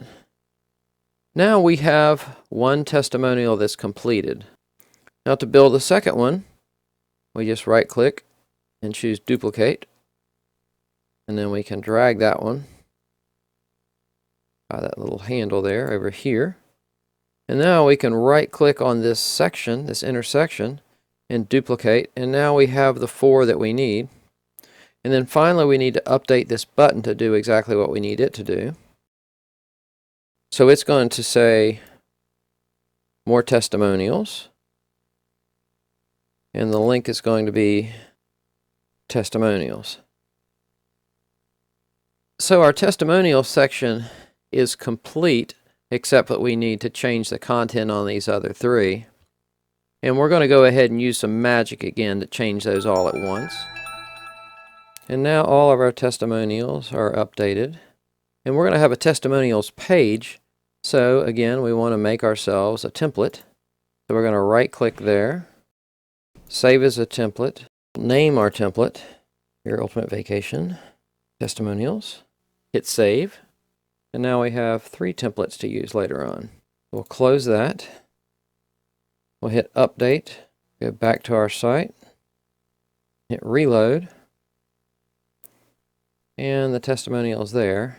We just will have our little border thing that we'll end up doing at some point. Let's go ahead and get started on our next section. We'll go to Bethany's website, and we're going to build this Parallax section down here at the bottom where this image slides like that really nicely. And then we're going to put a join email list in that. I'd like to point out that the collecting of email addresses is by far the most underrated website feature, and yet the most effective free method of generating new sales. You will be shocked to see how quickly your email list can grow, which in turn causes your sales to grow. For example, Bethany collects up to 80 new email addresses a month from the website we're building in this course today, which that works out to nearly 1,000 new subscribers in the first year alone. But you're saying to yourself, hey Yoda, what am I going to do with a whole bunch of email addresses? I will tell you. If you're looking to add an email marketing campaign to your WordPress website or shopping cart at absolutely no cost to you, then you'll want to check out my Email Marketing for Beginners tutorial. Okay. As of the release of the video you're watching now, the video just mentioned is not complete, but it should be soon, so be sure to subscribe to my channel so you don't miss out on the release. Until then, let me give you the quick lowdown on the e-marketing video and what you should expect. The new video will focus on step-by-step instructions for adding the OmniSend email marketing features to your website, the #1 rated email marketing solution available today. Then we will use the OmniSend email template library to create customized emails and learn how to send your first bulk email campaign. We will also discuss how to use the OmniSend email campaign analytics and reporting tools to assess your campaign progress. And the nice thing is that all this can be done for free for up to 250 subscribers. And their pricing for campaigns larger than 250 subscribers are very reasonable. In the new video as a course project, we'll be adding the email marketing features to the website Jose1.com, a leader in providing search engine optimization solutions, aka SEO solutions, for websites. Now, since Jose1 is an SEO company, they already place well in Google search results, but they wanted to expand their efforts with the addition of a quality email marketing solution. As for results, Jose1 was able to double their paid SEO subscribers in the first 6 months of deploying their email marketing campaign. And this is great news for them and promising results for you in case you want to add an email marketing campaign to your website. So if you're interested in learning more about OmniSend and how to get started today for free, just visit webyoda.com/omnisend. So let's go ahead and go back to our WordPress. And we're going to go to the bottom, and we're going to create a new section, one column, and then under Advanced for that column, we're going to unlink those. We're going to go to 130 for the top, 130 for the bottom. That spreads that out. Now we're going to go to Style, and we're going to set the background type to just a regular image, and we're going to choose our sunset image. Insert Media. And now at the bottom, we're going to set attachment to fixed. Scroll down a little bit and set size to cover. And that's starting to look nice. Next, we're going to go back up and we're going to add an inner widget. And then we're going to delete one of these cells. We're going to set the width of our inner widget to, say, 500. Then we're going to go back to our widgets and we're going to put a header in there for now as a placeholder. And then for this particular column, we're going to come in and set a background. And let's say we'll set the background to that color. We're going to give it some transparency. If we come down in the border section, we can round the corners with border radius. Let's say 12. And now we'll go ahead and add our separators for this. So we'll come into that section. We'll go to Style, scroll down. And for our dividers, we're going to do the top one. It's going to be white. So we'll pick our Waves brush. We'll pick a color. It's already white, so we don't have to do that. And we'll set a height of 60. And then we'll choose bottom, Waves brush. We'll set the color on this one to Bethany's black. And we'll close out of that. And we'll set our height to 60. And we have that piece completed. We'll click on Update. We'll go back to our website. Hit Reload. And we have that working. Now we need to put in our join email list form in here. So we're going to go back to our WordPress. And now we're going to need to exit out of this page and go back to the dashboard because we're going to work on the contact form 7. It's going to allow us to build the mechanics that are going to make that work. So on your left-hand menu, you'll see a contact, and you can click on that. And then when you scroll down, you'll see there's already a form there. We're going to click on that form. And we're actually going to make our Contact Us form, and then we're going to make our Join form so we don't have to come back here later. And we're just going to rename that Contact Us. And I can hit Save just to make that change. Now if you scroll down, you'll see they've already done most of the work for us, but I want to show you how the mechanics of this work. So this particular form is going to have your name, your email, a subject, and your message. Well, suppose that you wanted to have the telephone number in here. I can go in here and add a spot in between. I can click on this telephone option here, and then I'm just going to click Insert Tag. Now all we need to do is make the content that goes along with this look the same as the other. So for example, I'm going to copy that to the clipboard. I'm going to paste it there.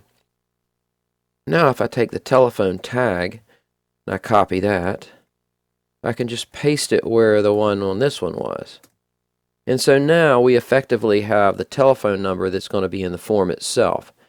Now notice up here in the text in the email fields, there's an asterisk.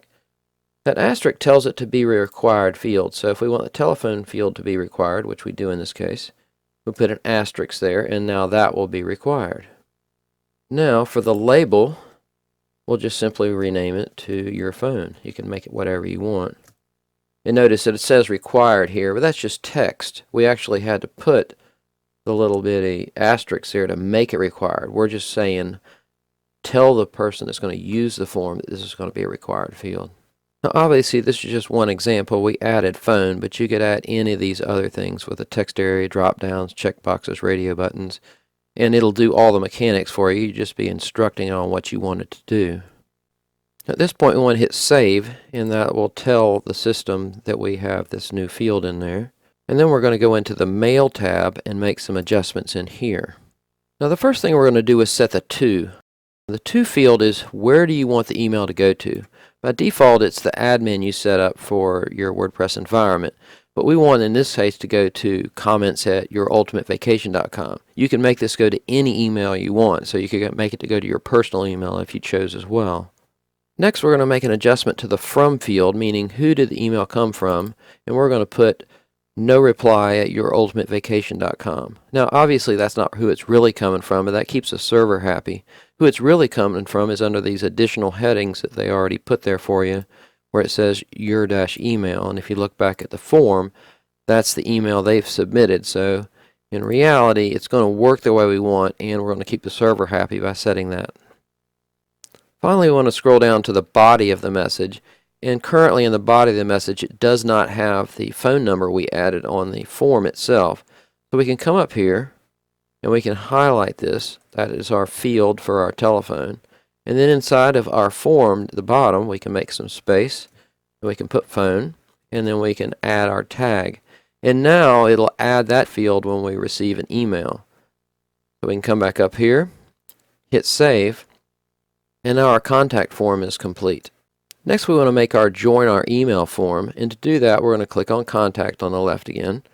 That brings up our list, and it has the contact us we created. If we highlight that, we can make a duplicate of it. Now that duplicate comes up automatically, and then we can change the name of it right here. Now we're going to put our name for our new form in here. We'll call it join our email. We'll scroll down and look at the fields for the form. In this form we only need the email and the name of the person, so we're going to delete those three. And so now it just has the person's name and their person's email. And we can click on save over here on the right. And now we're going to make some adjustments to our mail tab. And if we go in there and scroll down, where it says subject, we're going to change this out. And we're going to change that to say, join our email. The rest of this can stay the same. And in the bottom section, we only need the person's name and email. So we're going to delete those. We'll come over here and put a space here. Put email. Get rid of the less than and greater than.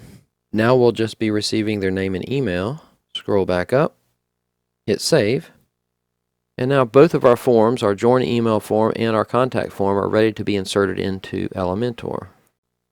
So now we'll go back to Elementor, so we'll click on Pages. We're going to scroll down and click on Home, because that's the page we're working on. Edit with Elementor. And then we're going to scroll down to the bottom, and we want to make an adjustment here. We're going to add our form in right there. To add our form, we're going to go down and we're going to pick the very bottom one, which is going to be this void contact form 7. And we will just enter it right there. And it's just an empty form at this point. And then we're going to pick the contact form it's going to be, and it's going to be our join our email. And now we want to change some of the styling settings, so let's go ahead into the styling. We'll click on that. And at this point we're going to need a tiny bit of coding. In our first field at the top we're going to put color : white semicolon. Then we're going to scroll down to where it says all input CSS. We're going to put the same thing, color : white semicolon. And then we're going to scroll down one more time, and we're looking for the part where the submit button is. And we're going to put the same thing again, color : white semicolon. And now we're also going to add one more piece of code here, which is the background color, background : and then this is the code for Bethany's yellow. Now at the end of that you'll notice we put a semicolon. Every time you do CSS there's a semicolon at the end of each of those.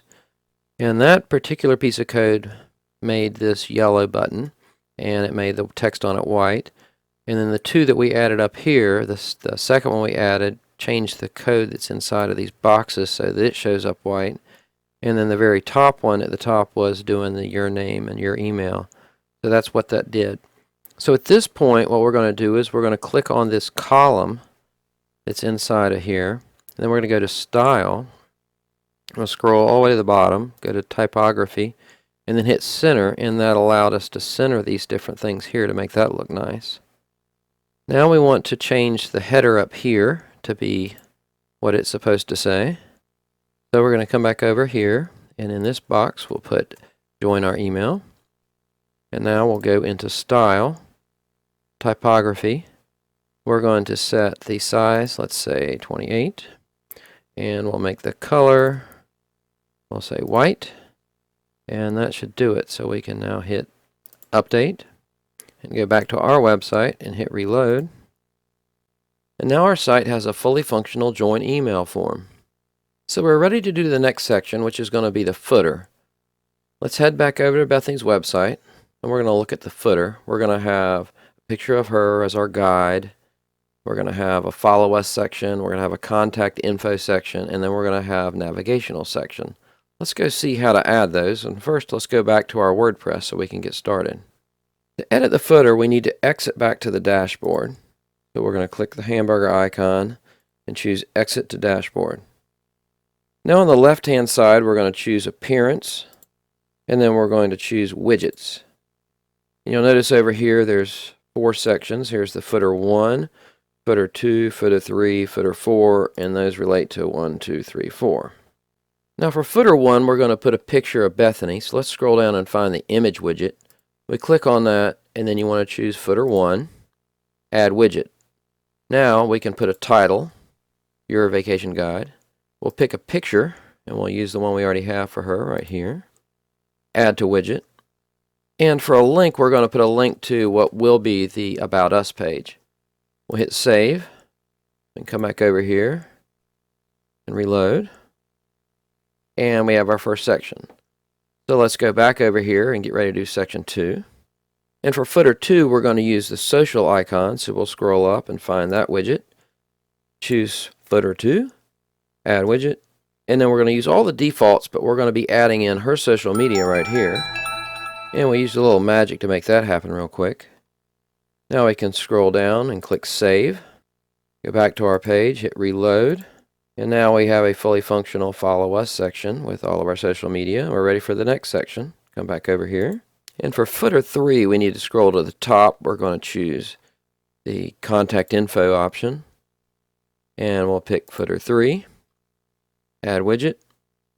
And for this one, we're going to use a lot of their defaults, but we'll change out a couple things. For example, we're going to put text and say, we would love to hear from you. Now for the address section, we're not going to do that on this section, so we're going to take those out. And for the phone section, we'll just change out the phone number that'll be for this website. For the mobile and fax section, we won't be using those, so we'll take all that information out. And then for the email section, we'll put the email for this website. And last, for the website, we're going to actually use this to do a Message Us box as opposed to doing a website. So for a title, we're going to put Message Us. And for the URL, we're going to make it go to our Contact Us form. And for our URL text, we're going to put Message Us Now. We won't have any Skype, so we'll turn that off. We can hit Save. Come back to our website. Hit Reload. And there's our third section ready to go. So for our final section, we'll go back to WordPress, and we're going to do a custom menu. That's how we're going to get the navigation in there. So we'll scroll back up near the top. There's the custom menu widget, and we're going to do that for footer 4, add widget. And again, mostly defaults. We'll set the title to Where to Next. Then we'll choose our menu, which is the main menu we have. For our link color, we're going to choose the color that was Bethany's white. And then for the hover color, we're going to use Bethany's green. And the rest is just defaults. We can hit Save. Go back to our website, hit Reload. And we have a fully functioning footer. Now notice that our little wave separator is a different color, and that's because that's the one that Bethany wants to use for the menu and for the footer. So we're going to actually have to go back into the Customize section to change the footer background color. So let's go ahead and head back to WordPress. And from here, we're going to go to Appearance, Customize, and we're going to scroll down and go into Footer Widgets. Scroll to the bottom of that, and where it says Background Color, we'll change this to Bethany's Black. We'll hit Publish, come back over here, hit Reload, and now our footer is complete. Now that also means that our entire first page is complete, and I think hopefully at this point you're like, wow, you know, this actually is doable. I can make this happen. It may take longer than I might have thought it would, but it's going to be easier than I thought it would as well. So we're ready to get started on the About Us page, and to do that, let's go ahead and go back to WordPress. And from here we can just close that, and we'll go into Pages, and we'll pick our About page, and then just click on Edit with Elementor to get started. Now notice now our new blank page has our footer on it, as will all of our pages. So we'll go back to Bethany's website, and we want to see what her About Us looks like. So it's going to have a little movie at the top, special version of the logo. We're going to see how to do that. Some text on the left, picture on the right, and our carousel. So we'll be inserting the carousel that we've used before. And we're going to go to YouTube, so we'll make a new tab. And then I'm going to do a search for Landscapes Nature Relaxation 4K. And we'll pick on the first one. You'll notice that this video has the background that I want to use, but it also has a bunch of text and other stuff going on. Another problem is if you click out way farther in the video, it's about something other than what we're trying to do. So the trick is that we only want to use a certain piece of the video. So if we click back over here, we can find a starting point we want to start at. So for example, anywhere in here, if I want to have a starting point, I can just choose to pause it. And when I pause it, for example, I paused it right at 1 minute. Well, when I right click on this and then choose Copy Video URL in Current Time, and I paste it in my browser, it shows 60. What's the number of seconds? Well, that can be my starting point. And then let's say later on in the video, I kept playing it for a little bit, and it went forward in time a little bit. Then I can pause it again. I can right click on that, choose Copy Video URL with time, and now it says it's 186. So I can have a starting and ending point, and we want to use those in our video to only loop through that small piece of time.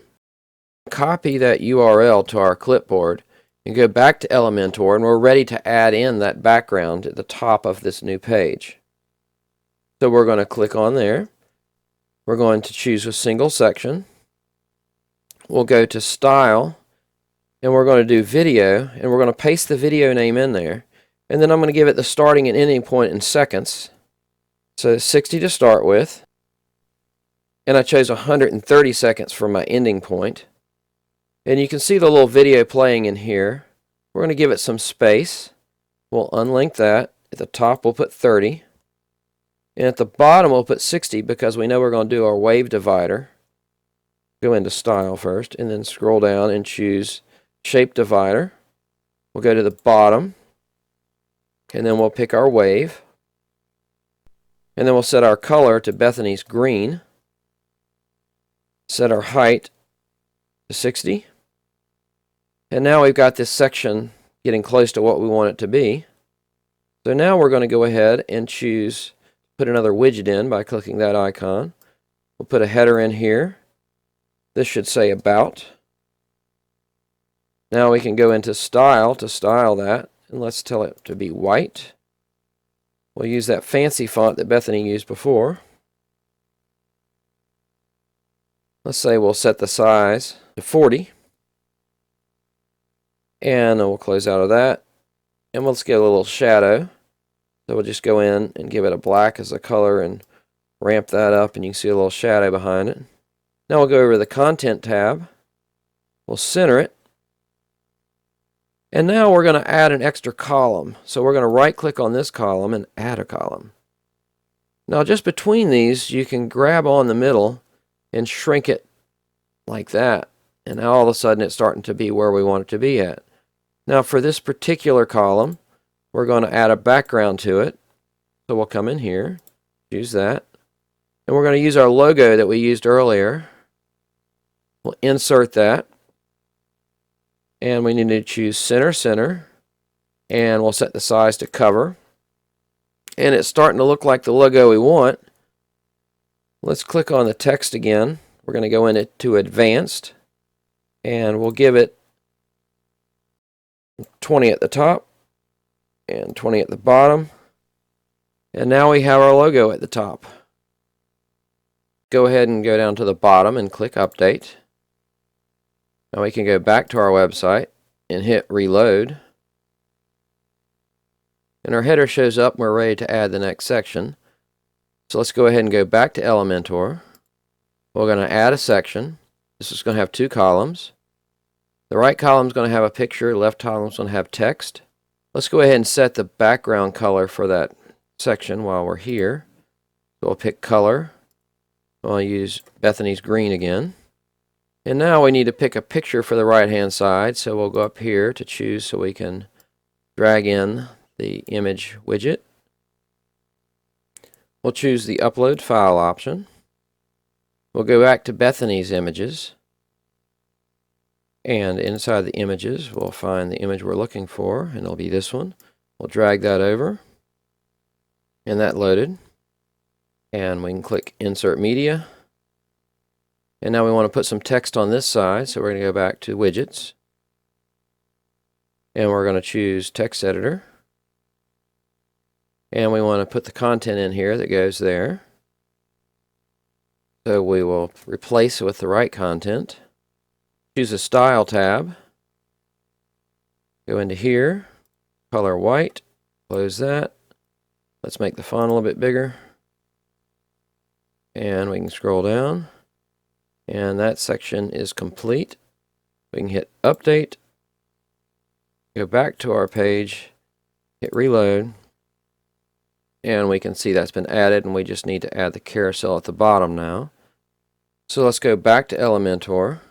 We're going to come to the bottom, and now we're going to choose this folder instead of this icon, instead of the plus, because we're going to go in here, and we're going to choose My Templates, and there's our My Templates, and there's our carousel. I'm going to insert that. I always choose No on this.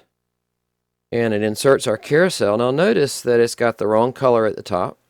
And because it's going to leave the footer at the bottom, it has the wrong color at the bottom. So we're going to just change those out. So we're in the section.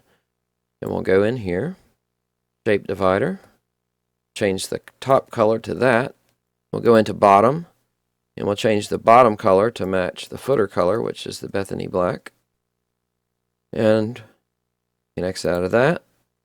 We can hit Update.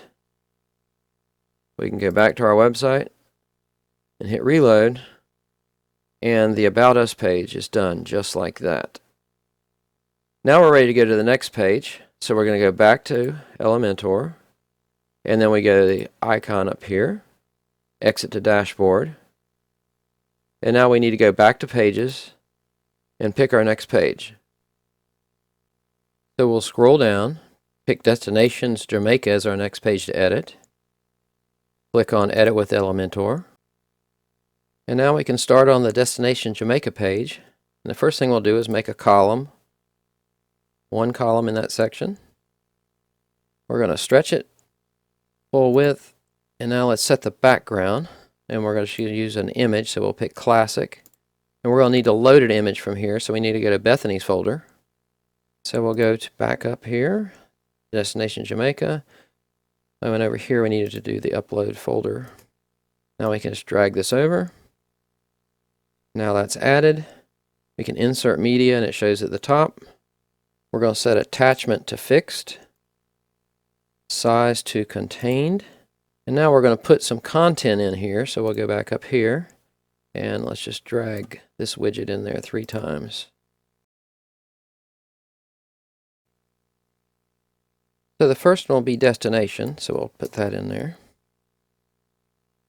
And then we'll go to Style. We'll set the color to white. We'll go into Typography. We'll set this to say 23. She wanted to use a different font for this. We're going to use this Vega font. 200 for the weight. Close that. We're going to go into the shadow. We're going to do 5. And 2, 2, this will kind of offset the shadow to the bottom right. Now we'll go into the next text. We'll change that text here. And then we'll go into settings under the style. Again, we'll set the color to white. We're going to do typography. This time we'll do 33. Font, the Vigo again. And then we can close that out. And we're going to do the shadow the exact same way. 522. Close that out. For the last one, it's going to say Jamaica. Go to style. In this one, we're going to set the color to Bethany's green. We'll close that. Typography. We're going to pick another font that Bethany likes. Squatter 1. We'll make this really big, 330. Close that. Go back to the color. I wanted to make this a little bit transparent. Like that. And then we're going to go in the shadow, do the shadow the exact same way. 522. Close that. And now for the blend mode on this, we're going to do luminosity. It's fun to play with the different ones to see the kind of effects. Now notice this hangs down a little bit as far as the word Jamaica. We're going to move it up some, but it's still going to look funny in here, but when we produce it in our update, you'll see that it looks correct. Also on this edge here, these are too close to the left, so let's go ahead and choose that section. And inside of here, we're going to unlink the padding, and for the left-hand side, let's set that to 20. That moves it in a little bit. And now we want to edit the position between here and here. This is a neat trick. So we're going to choose the Jamaica text, and then we're going to go in advance. And now we're going to use margin this time. We're going to unlink those. Now one of the neat things you can do with margin is you can also give margins negative numbers. So this top margin up here, I'm going to say -30. And notice how it pulled it up there. Real nice like that. Now if I hit update, and I come in here, and I reload, you'll see that it fits in there really nicely. Destination is a little high up here, so I want to move it down a little bit, and that'll move everything down just a tad. So we'll click on destination, advance, we'll unlink this, and for the top on this, we'll put 20. And then we'll hit update, and then we'll come back in here and hit reload. And it's a little much because this is starting to show at the bottom, so we're going to move this space, get a little bit of that space out of there and a little bit of the space out of here. So I'll come to destinations. I'll come in here and we'll do that same trick. We're going to go into margins, unlink that, and for the bottom margin now, I'm going to put -10. And notice how it pulled it up a little bit. And then for the Jamaica, where we had -30, let's try -40. And we'll do update, come back in here, reload, and it looks perfect now. So let's go ahead and view Bethany's website, and we'll see that she has the header at the top, it's got a title here, some text here, and then it has these fancy little progress bars, and they're in 2 columns, so we're going to do an inner column to do that. And then we got a bunch of buttons across here that we're going to add those as well. So let's go ahead and work on that first section. So we'll come back over to our WordPress, and then we're going to scroll down and we're going to pick to make a new section. And this section is going to be 1 column. Now we'll go over to our widgets. We'll put a header in there. Come back to the widgets. We'll put a text editor in there just below that. Go back to the widgets. I'm going to put an intersection just below that. And go back to the widgets, and I'm scrolling down looking for what's called progress. And we're going to put a progress bar in the first one of those.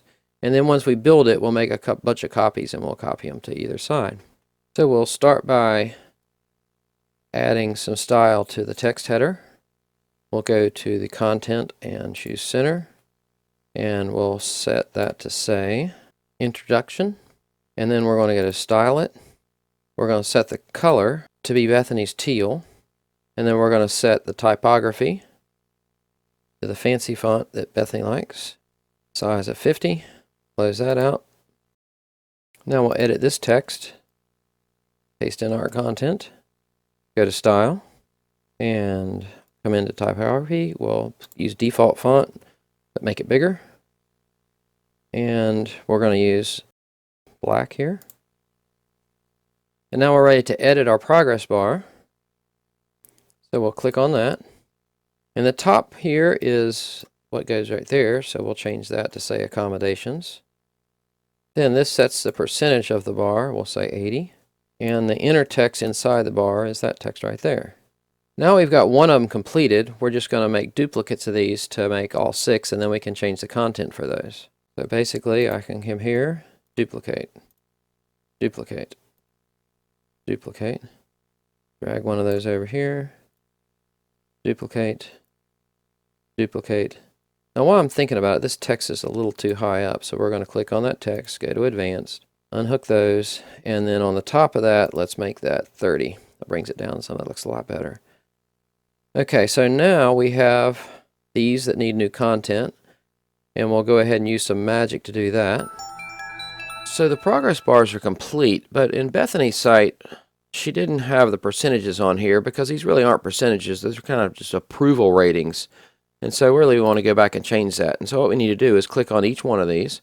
So for example, we can click on the first progress bar, and under display percentage, we just put hide, just like that. Now we'll just quickly adjust the other 5 to do the exact same thing. And our progress bars are complete and we're ready to work on our next section. And for here we're going to add another intersection. So we're going to come back up to our widgets. And then we're just going to drag this intersection to here. And in Bethany's website it has the yellow coming up next. So let's go ahead and add this little bar in between our separator. So we'll come into here. We're going to choose that section. Go to Style, Shape Divider. We're going to do a bottom, and we're going to choose our Waves brush. And our color is going to be Bethany's yellow. Close that out. We'll put a height of 60. Now we can see that it's there, but it's a little bit close on here, and obviously it's going to change when we put the other stuff in there. But while we're in here, let's go ahead and go to here. And we'll unlink the padding, and let's try 60 in here. And now we're ready to start working on our button bar. So we're going to come back up to Widgets, and we're going to choose a button. We'll drag that in there. And we're not going to need this empty column because we'll just copy the button column that we have to the left. So we'll right-click that and delete it. And now for our button, we'll just come over here and tell it to be centered. And we're ready to add the rest of our formatting for that button. From here, we'll click on Style. We'll set the background color for the button to Bethany's green. And then we're going to choose Hover and set the background color for the hover to Bethany's yellow. And now when we move over the button, we'll see that it highlights as we would want it to. So we're going to duplicate our button 6 times. Well, 5. We need 6. We'll right-click there on the column, duplicate, and we'll do that 4 more times. So now we have our 6 buttons. And we're ready to get our buttons to point somewhere. But first we need the sections that they're going to point to because this button's going to point to the next section. So let's go ahead and start the next section. And we're going to make this a single column. We'll go into Style. We're going to set the background for this section to Bethany's yellow. Now we're going to add some widgets to that. So we'll come in and put a title widget there and an editor widget under there, like so. And then we're going to start putting the content in for those 2. And there's actually a subheading, so we're going to put another heading in here, like so. So we'll go to edit the first heading, Style, and we're going to pick Bethany's fancy font, and we'll set the height to 50. And we'll go ahead and set the text to that to be Places to Stay. And under Style, we'll set the color to be white. Now we're ready to do the bottom one here. Text will be that. Go into Style. We'll set this also to white. Close that. Typography, default font. Let's try 30. And then for the text for the bottom section, just change that out. And now we're actually going to need another section of text below that because we're going to put numbers next to it and show you how to do that. Let's go ahead and go back up here to Widgets. We'll put another text editor down here. And for the one that we started with, let's go ahead and to Style, we'll set this to black. Close that. Typography, default font, but let's go with 18 for the size. And then we'll do the same thing for the one down here. We'll go into Style, Color Black, Typography 18. For this particular piece of content, we want to make this a numbered list. And to do that, to make this software work well, you want to have the individual pieces of content have a space between them. Now, I did this in a text editor to make it work well for me. And so in this case, I'm going to highlight the 5 different areas I have, copy that to the clipboard, and then I can come over here and I can paste it in. And when I scroll up, I'll notice there's an individual line between each one of those. If you don't have that individual line, when you apply the line numbers, it'll only give you a 1 at the top. So now we can select all that, and I'm going to go click on line number, and if you notice now there's nice line numbers next to them. Now from here, we're going to go ahead and put in the bottom wave separator. So let's come up to the section for that. We'll go to Style, and then we'll go to Shape Divider. This will be for the bottom. We're going to use our waves brush, and we'll use Bethany's green for this because that's going to be the next section below that. And we'll set this to 60. And now we scroll down, we can see that there's not enough space there. So again, come into Advanced, unlink those, and for the bottom, let's set this to 60, and now we've got plenty of space there. Now let's go ahead and visit Bethany's website again, and for the sake of time, notice that most of this is very similar to what we're already doing. The sections are changing colors and things like that. We have this special section here I'm going to show you how to do, but all the rest of this is very similar, and at the very bottom there's also a photo gallery. I'm going to show you how to do that. But for the most part, that content's very similar, so I'm just going to do that behind the scenes. As a bonus for making it this far through the course, I'm about to show you everything you need to know about using Elementor templates. You have probably already figured out there's a duplicate version of this website, obviously because the site has the content for Bethany's already in it. So there also is a back end for that one. We're going to go into that back end, and here's the section for the places to stay that's completed. So in this section, I'm going to right-click on this, and I want to save this as template. And then I'm going to give it a template name that has the word original on it, so I know it came from the original site. Now I'll click on Save to make a copy of that. Now it's listed in our list of templates for this particular site, but I need to use it in the new one we're doing. So I'm going to come over here, this little icon, and I'm going to export it. And it comes up with this box, and I want to save it as a file. And now that's been downloaded to my computer. And if I go to my Downloads folder, you'll notice that it's listed, but it has a really funny name. And you definitely want to change these names, so I'm going to go ahead and rename that. And I'm going to rename it what I named it originally. That way, when I go to recycle it, it's going to make sense. Now we're ready to insert this version of the template into our version of the website. So let's go back to our Elementor. We need to save our updates that we were already working on. And now we're going to have to go back to the dashboard because you have to import them from the dashboard. That's the only way you can get the new templates back into your site that are exported. So we're going to click on Elementor, and it should just bring up your templates by default. If not, there's a My Templates option as well. And now from here, we're going to import new templates. So we'll click on Import Templates, choose File, choose the template to import, and Import Now. And now you see it shows up in our list of templates that we can use. Now we can go back to Pages. So we'll click on Destinations Jamaica, Edit with Elementor. And now we're back to our Jamaica Destinations page.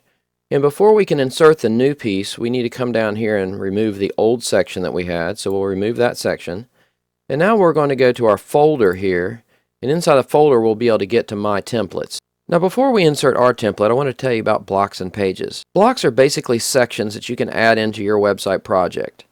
Now any of them that say Pro next to them mean if you want to access that, you pay a one-time fee to Elementor to have unlimited access to all their Pro versions, which gives you access to the really nice ones. If you scroll down, you'll see that there's really a lot of stuff here. It just keeps going on and on and on. It's just wonderful what they've done, and many of them are free. There's also a lot of Pro versions as well. We end up getting the Pro version to have access to all the additional ones because it really wasn't that expensive.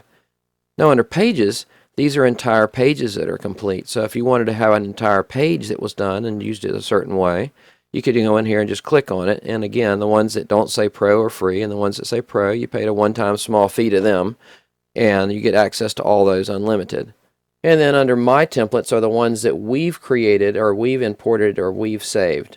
Now under this video, I've also have some content that shows you where you can find templates. For example, WebYoda.com/templates has all the templates that were in the different courses where we've used them. Also, Elementor is a partner with WebYoda, just like HostGator was a partner with WebYoda. So if you end up deciding you need the Pro version, a portion of those proceeds go to help provide additional free training for training centers and students online all over the world who can't afford training. And finally, there's Template Monster, and this site has templates for lots of different environments as far as building websites. In particular, they have a really good collection of ones that are used for Elementor itself. So let's go ahead and go back to our WordPress, and notice that now this one's available because we added it to our library. And so I'm just going to click on Insert. I'm always going to choose No for this. And now it's added to the site, but notice it has all the content. So not only did I save us the trouble, but I saved me the trouble of having to write this whole thing in there a second time. Notice in our import that the text is now no longer black. This seems to be an import issue I'm sure Elementor will fix quickly, but in our case I just went back and set it to black in the page. Now suppose you don't want to just save one section. What if you wanted to save the whole page?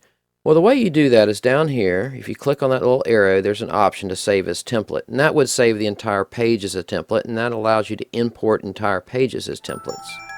In fact, that's exactly what I did here. Once again, our import resulted in our black text becoming gray. Fortunately, Bethany provided me with a solution that we will apply later in this video. If you scroll down, you'll notice that now all the content is in the site except for the small piece I'm going to show you how to do here, and the photo gallery at the bottom. Now at the very top we had these buttons, and now these buttons have names because we imported those. Now when you click on one of these buttons, it shows a name here. Now notice that name has a pound sign in front of it, and the pound sign is required, and then next to it is whatever the name of the link. We're going to link to inside of a page, so in this case it's going to be places to stay, and each one of these has its own name, things to do. Now to get it to go to that place, we have to add a special widget. So let's go to our widgets and scroll to the bottom. And it's called a menu anchor. And we're going to drag that menu anchor just above the heading there. And then over here, we can paste in the name of our anchor, but we got to take off the pound sign. Now at this point, when we scroll down and we hit the places to stay button, it automatically jumps to that spot. Now it turns out that all the other ones we've already put into place. So you can see that one goes there, and if you go down to the budget, it goes straight to the budget section. So if we hit on Update, and we go back to our website and hit Reload, now this will be the new version, and each of these buttons will work and go to particular areas. Now at this point, we're ready to go ahead and fill in those little sections that were left over from before. So let's go ahead and go back to our WordPress, and from here we're going to scroll down to the section that we want to work on, and we're going to work on this section right here. We're going to set this to stretch, full width, column gap, no gap. Next we're going to need some pictures to put in here. I'm going to go ahead and make a duplicate of this because we're going to use it twice. And so now we're going to go back and get an image widget, put one in there. Scroll down, I'm going to do the same thing here. Another image widget is going to go in there. Now we're going to choose an image for this one. We're going to upload one, and we're going to use Bethany's folder. And then we're going to take this one, I'll drag it in just like that.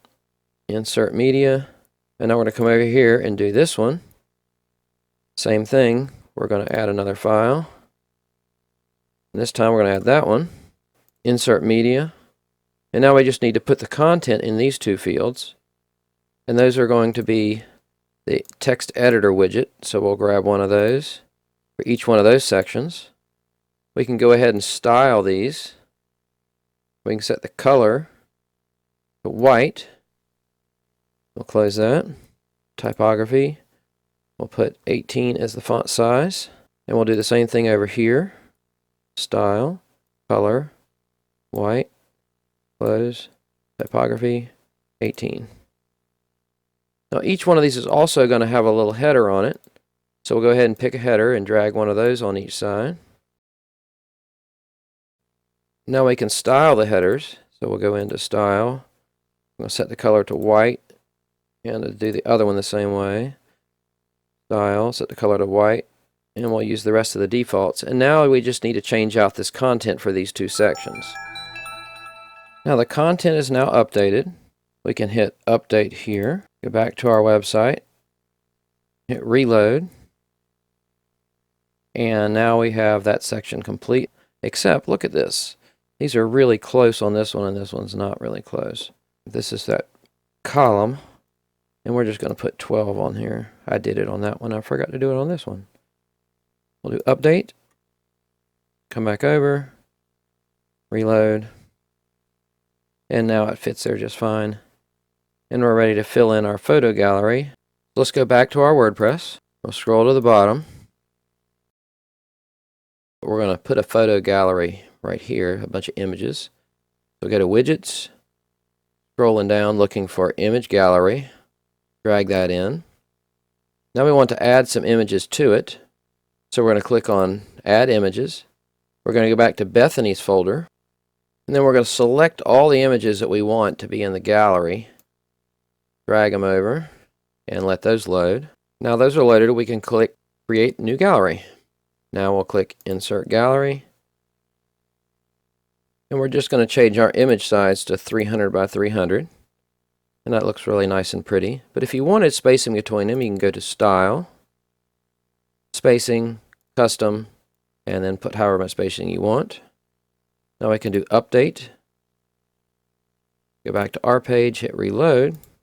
And now our photo gallery is complete, and we're ready to solve the mystery of why the text is gray inside of Elementor. Originally, I thought, wow, the import's not working right, can't really figure it out. And I pointed it out to Bethany. I was a little frustrated. She goes, what are you talking about? All you need to do is set your color defaults.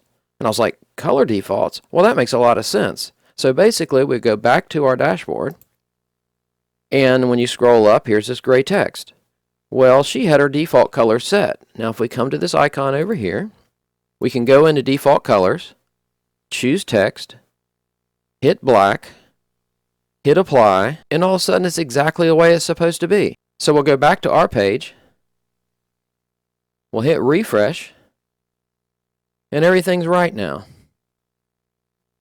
To get started on our gallery, let's first look at Bethany's gallery. So we'll go back to her site, we'll go to the top, we'll click on Gallery, and you'll notice that the top is basically the same as our About Us, so we can recycle that.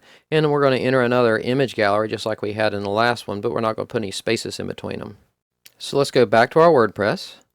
We need to go back to our dashboard, choose Pages, scroll down to our Gallery page, choose that, Edit with Elementor, and we're ready to start creating this page. Now at the top of this page we want the About Us header, and I actually went to the trouble to go ahead and do that behind the scenes for us, so it's in my templates now. And there it is right there. So we're going to insert that. We'll click No. And there it is. It's already at the top of our page. Now we can just click on that text, and instead of saying About Us, change it to Gallery. And now we want to add a new section, so we're going to click on Section. We're going to put a gallery in there, so let's go in and put our image gallery. Choose that, drag the image gallery in there like so. We'll click on that, and we're ready to pick pictures for that, so add images. And from here, we're going to choose the images that were from our original carousel, but we don't need Bethany's profile picture in there, so that'll give us 24. We can say Create Gallery, Insert Gallery. Now we're going to set the image size to medium large, columns 3. Now we're going to go back in for that section and set the style, and we're going to set the background to Bethany's green, like so. And then at the top over here we had a little text editor, so we're going to add one of those text editor guys right here. We're going to change out the text. Go back into Style, Color, White, Close, Typography, 18. We'll hit Center. Now we need to add the Waves brush to the bottom, so we'll choose this section, and we'll scroll to the bottom. We'll go to Advanced. Let's go ahead and unlink that, and choose 80 as our bottom. Now we'll go into Style, Shape Divider, Bottom, Type equals Waves Brush, and the color is going to be Bethany Black. And then we'll come down here and set this to 60. And we should be ready to go. We can hit Update. Go back to our website. Click on Gallery. And our gallery page is complete. So as an added bonus, I wanted to show you a fancy gallery that Bethany put in another one of her websites, self-tastic.com, since we didn't utilize the fancy gallery in this website. Now as you scroll down this photo gallery, you see it's quite impressive how the images flow in together. I just like this a lot and I thought I would share it with you. And if you're interested in building this particular one, it's in another video of mine. So if you're interested in adding this fancy photo gallery to your website, simply go to our affiliate marketing video, and then in the timestamps, look for Fancy Gallery. Or you can click on the link at the top right. Now we're ready to go onto the travel tips page and start that one. With all the resources we've already created, the travel tips page is going to be really straightforward. So let's go to Bethany's website and let's look at her travel tips page. And notice it has the same header as the About Us. It has these accordion sections that we saved one of those, and all we're basically doing is making a whole bunch of those and changing out the content. And at the bottom it has the carousel just above the footer. So since we've already done all these things, I'm just going to go ahead and insert the travel tip page because I'm pretty sure you already figured out how that piece is going to work, and we're ready to move forward to the Contact Us page. Let's visit Bethany's Contact Us page, and we'll see that again it has the same header at the top as we had for the About Us. It has a little section here where it's got 2 columns. And down here it also has 2 columns. We're going to be putting in a new form. We already made the back end for that, and we'll be adding a map. So let's go ahead and get started. So we'll head back to our WordPress. And from here we need to go back to the dashboard. We'll click on Pages. We'll click on Contact Us, Elementor, and we're ready to get started on our Contact Us page. From here we're going to click on the folder, go to My Templates, and we're going to insert the About Us header. Click No. And then basically we just need to change this out to say Contact Us. Next we're going to add another section. We'll make that 2 columns. And we're going to do the same thing again. And then for this first section we're going to set the color to Bethany's green. Close that. And then we'll come to this section. We'll go into Style for that one. Set the background to Bethany's yellow. We'll close that. Now inside the first section we're going to go into Advanced. We'll unhook that. We'll put a top margin of 20, a bottom of 60. Then we're going to go into Style, Shape Divider, and we're going to put our wave at the bottom. And we're going to choose the color of Bethany's yellow. Close that. Set 60. And now we'll basically do the same thing to the bottom section. So we'll go there, Advanced, Unlink, set 20, bottom to 60. We'll go into Style, set the Shape Divider to bottom, Waves Brush, and the color for this will be the footer black, so it's not all the way black. We'll close that, and we'll set the height of that to 60. And now all we need to do is put the content in those 2 sections. So we're going to come back into the widgets, and we're going to pick a header and put it in there, like that. We're going to go to Style. We're going to set the color to white. Close that. Typography. We're going to pick Robo Slab. And we'll set the size to 26. Now we'll go back over to Content. And we'll put in the content for the first one, which will be phone, email. And now we'll come over here. We'll right click. We'll make a duplicate. Drag it down there. And we'll make another duplicate. Drag it over there. And another duplicate. Drag it down there. And now the content is updated and we're ready to add a little icon list under each of these 2. So go back into our widgets and we'll choose this icon list. We're going to put it there. We'll go ahead and format this list. Now we're only going to need 2 of them here. Spacing between, if you add something here, it just spreads these apart a little bit. Under icon, we're going to set the color of our icon to black. Close that. And then we're going to set the size of our icon, let's say to 18, make it a little bit bigger. We'll go into text. We're going to set the color of that to black. And then we'll just use the rest of the defaults. I'm going to right click and I'm going to duplicate this because we're going to use another one on the other side that's very similar. And now we want to make adjustments to the content itself. And to do that, we'll select the widget. And over here, when you click on it, it'll do a pull down. You can set the text that's going to be over here to the right, and then you can choose an icon. So for example, we want it to be phone. So we can click down here, and that'll open up the second one. You can put the title for that one that shows up over here. And then we can pick the icon we want it to be. And now we're ready to work on the one on the right hand side. So we'll choose that one. First item, heading for that will be that. And then we're going to choose the icon. And for the second one, we don't need an icon, so we're just going to click this X box to get rid of it altogether. And then for the list title item 2, we'll put the second part of the address. Now notice this is inset here, and we really want it to line up over here, but the problem is if you come here and you add spacing before this, regular spaces won't do anything.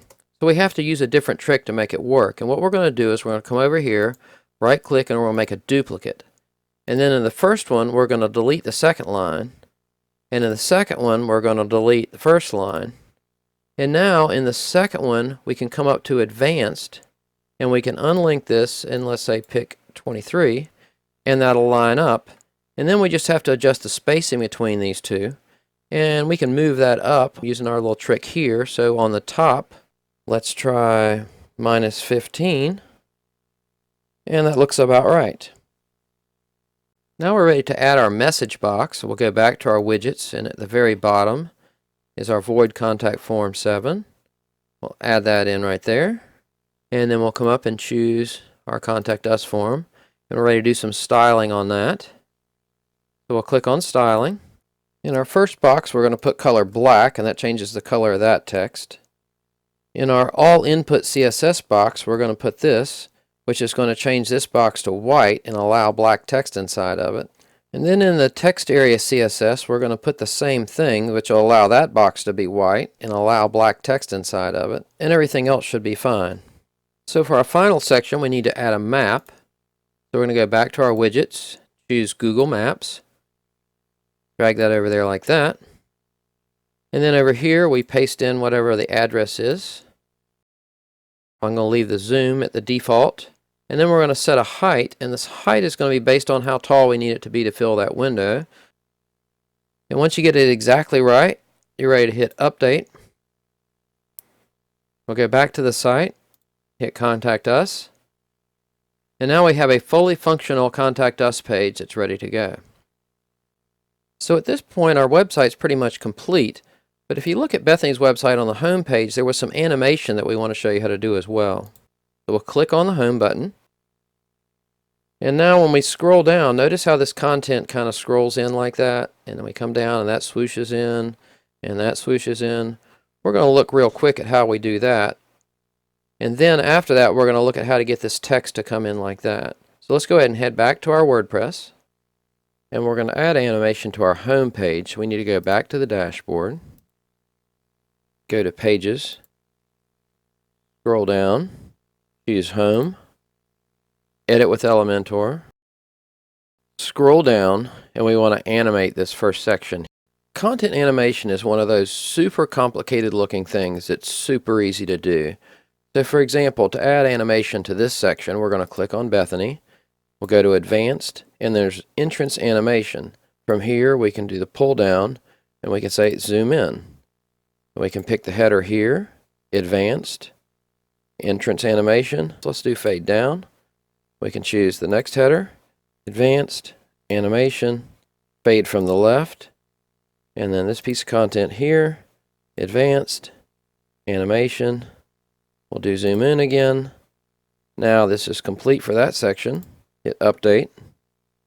Go back to our website, hit the Home button, and we scroll down, and now that all animates.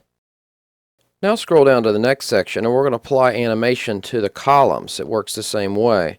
For the left column here, I can choose that, go to Advance. I can say Animate in from the left. From the column in the middle, I can go to Advanced, Animation in from, say, the top.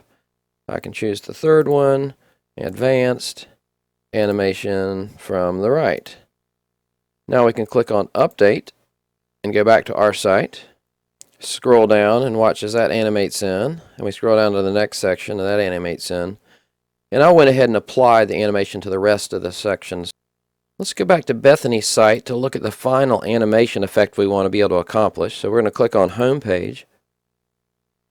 And notice how this text is flying in and it changes over time. Now this actually is a pro feature, and there's lots of amazing pro features. I just didn't cover those because I promised you could make this site and it will cost to you. And I'm going to show you how you can put this text in where it doesn't fly in for free. But if you want to have this fancy fly-in thing, it's going to be the pro feature. It's not really expensive. Go.elementor.com/WebYoda gets you to the partnership and gets you a discount and gets you these amazing pro features. But let's go back to our home page and add this to our site.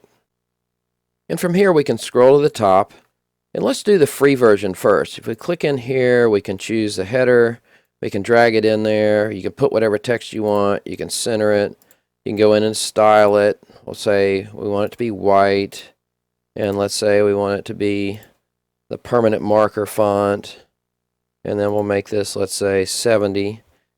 And then let's say you want it to be a little bit transparent, you can come back in there.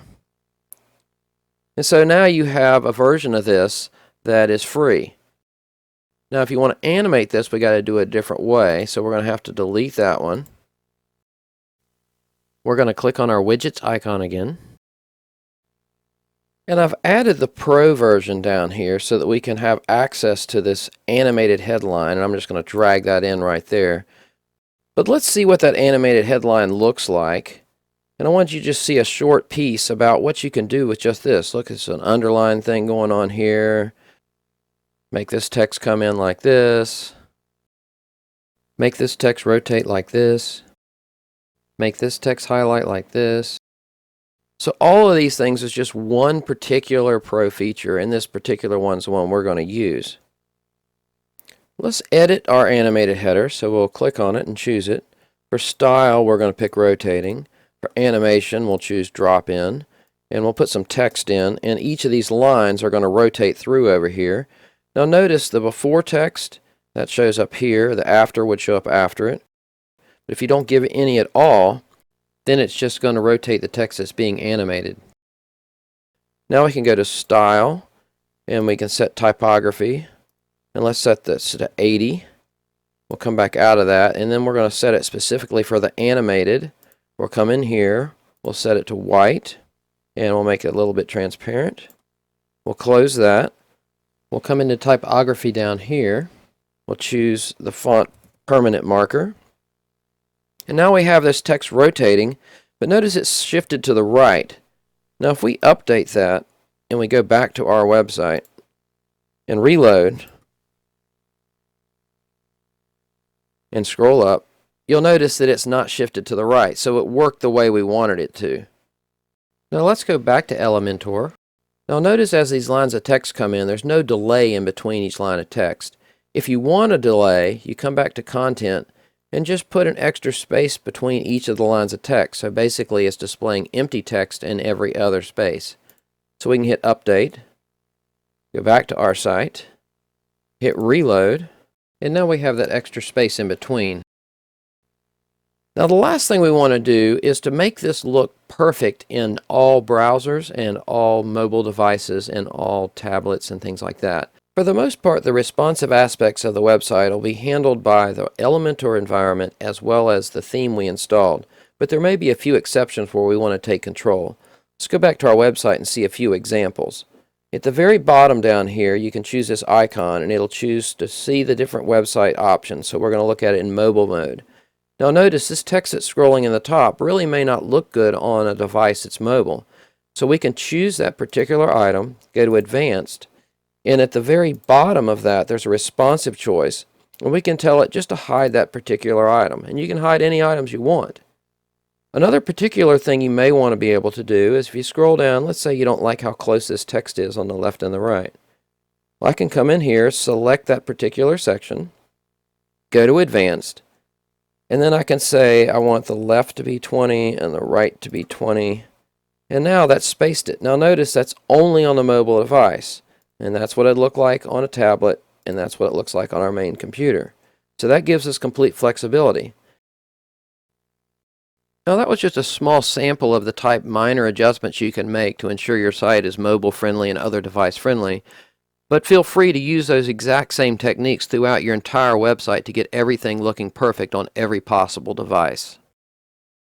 So we've reached the end of creating the website. I hope you've enjoyed taking the course. I know I've enjoyed being your guide and your instructor. But as promised, I had 4 really key things that I wanted to add at the end of this video that'll help your website show up in the search engines better. The first tip is that inside of WordPress, there's a place that specifically discourages search engines from indexing your site. Once your website's live, you don't want it to be discouraged from being indexed, so let's fix that. So we're going to go back to Elementor, exit to the dashboard, and then we're going to look for Settings, and under Settings we're going to Reading, and this may or may not be set depending on when and how yours was done, and look at that. Search engine visibility, discourage search engines from indexing this site. I definitely want to turn that off and hit Save Changes. Tip number 2. There is an amazing plugin out there called Yoast. Every website that ranks higher than yours probably has Yoast. Also, free. So we're going to go to Plugins. We're going to add a new plugin. And over here, type in Yoast. 5 million active installations. Tells you something. So let's go ahead and install it. Let's activate it. Now you have the most powerful plugin for doing SEO available. Tip number 3, secure pages. Google likes websites that have a lock. Google likes websites that are mobile friendly. So if we can do both of those things, we're going to ensure that our website's liked better. So if you click on the link at the top right, it'll take you to a YouTube video that explains exactly how to activate your secure key inside your WordPress website. Tip number 4, you want to make sure the search engines think the value of your website's stronger than any of your competition's. Obviously, having a lot of great graphics and great content in your website makes a difference. Having a really good look and feel like this website makes a difference. However, one of the number 1 things that improve your search engine results is by having other websites point to you. If somebody else's website has a link to you, that's called a backlink. The more backlinks you have, the more important your website seems to Google. The more backlinks the people who point to you have, the more important they seem, which also means the more important you are. Now, it seems like a lot of work. But if you go to Jose1.com, these guys will teach you everything you need to know about backlinks. That's basically all they do. And if you look at it, Jose1, SEO literally is their middle name, so they know what they're doing. Now, under SEO Solutions, it shows you the basics, the terminology, and the details. They'll teach you everything you need to know as far as making your own backlinks, how it works, how to make the system work for you. And if you decide you don't want to put the time in to build them yourself, you can also contact them. So if you decide to use Jose1 services, be sure to mention the promo code WebYoda, and that'll save you 50% off your first month with a 100% guarantee on that first month. If you don't like it, you get your money back. So that about wraps it up. You should now have all the tools and skills needed to build your own professional WordPress website. I hope you've enjoyed the course. I certainly have enjoyed being your instructor. Please remember to like, share, and subscribe to the video below to help me spread the word to as many aspiring web designers as possible. Again, my name's Yoda. It's been a pleasure being your instructor today. I look forward to hearing from you below, but until then, have a great day. Peace out.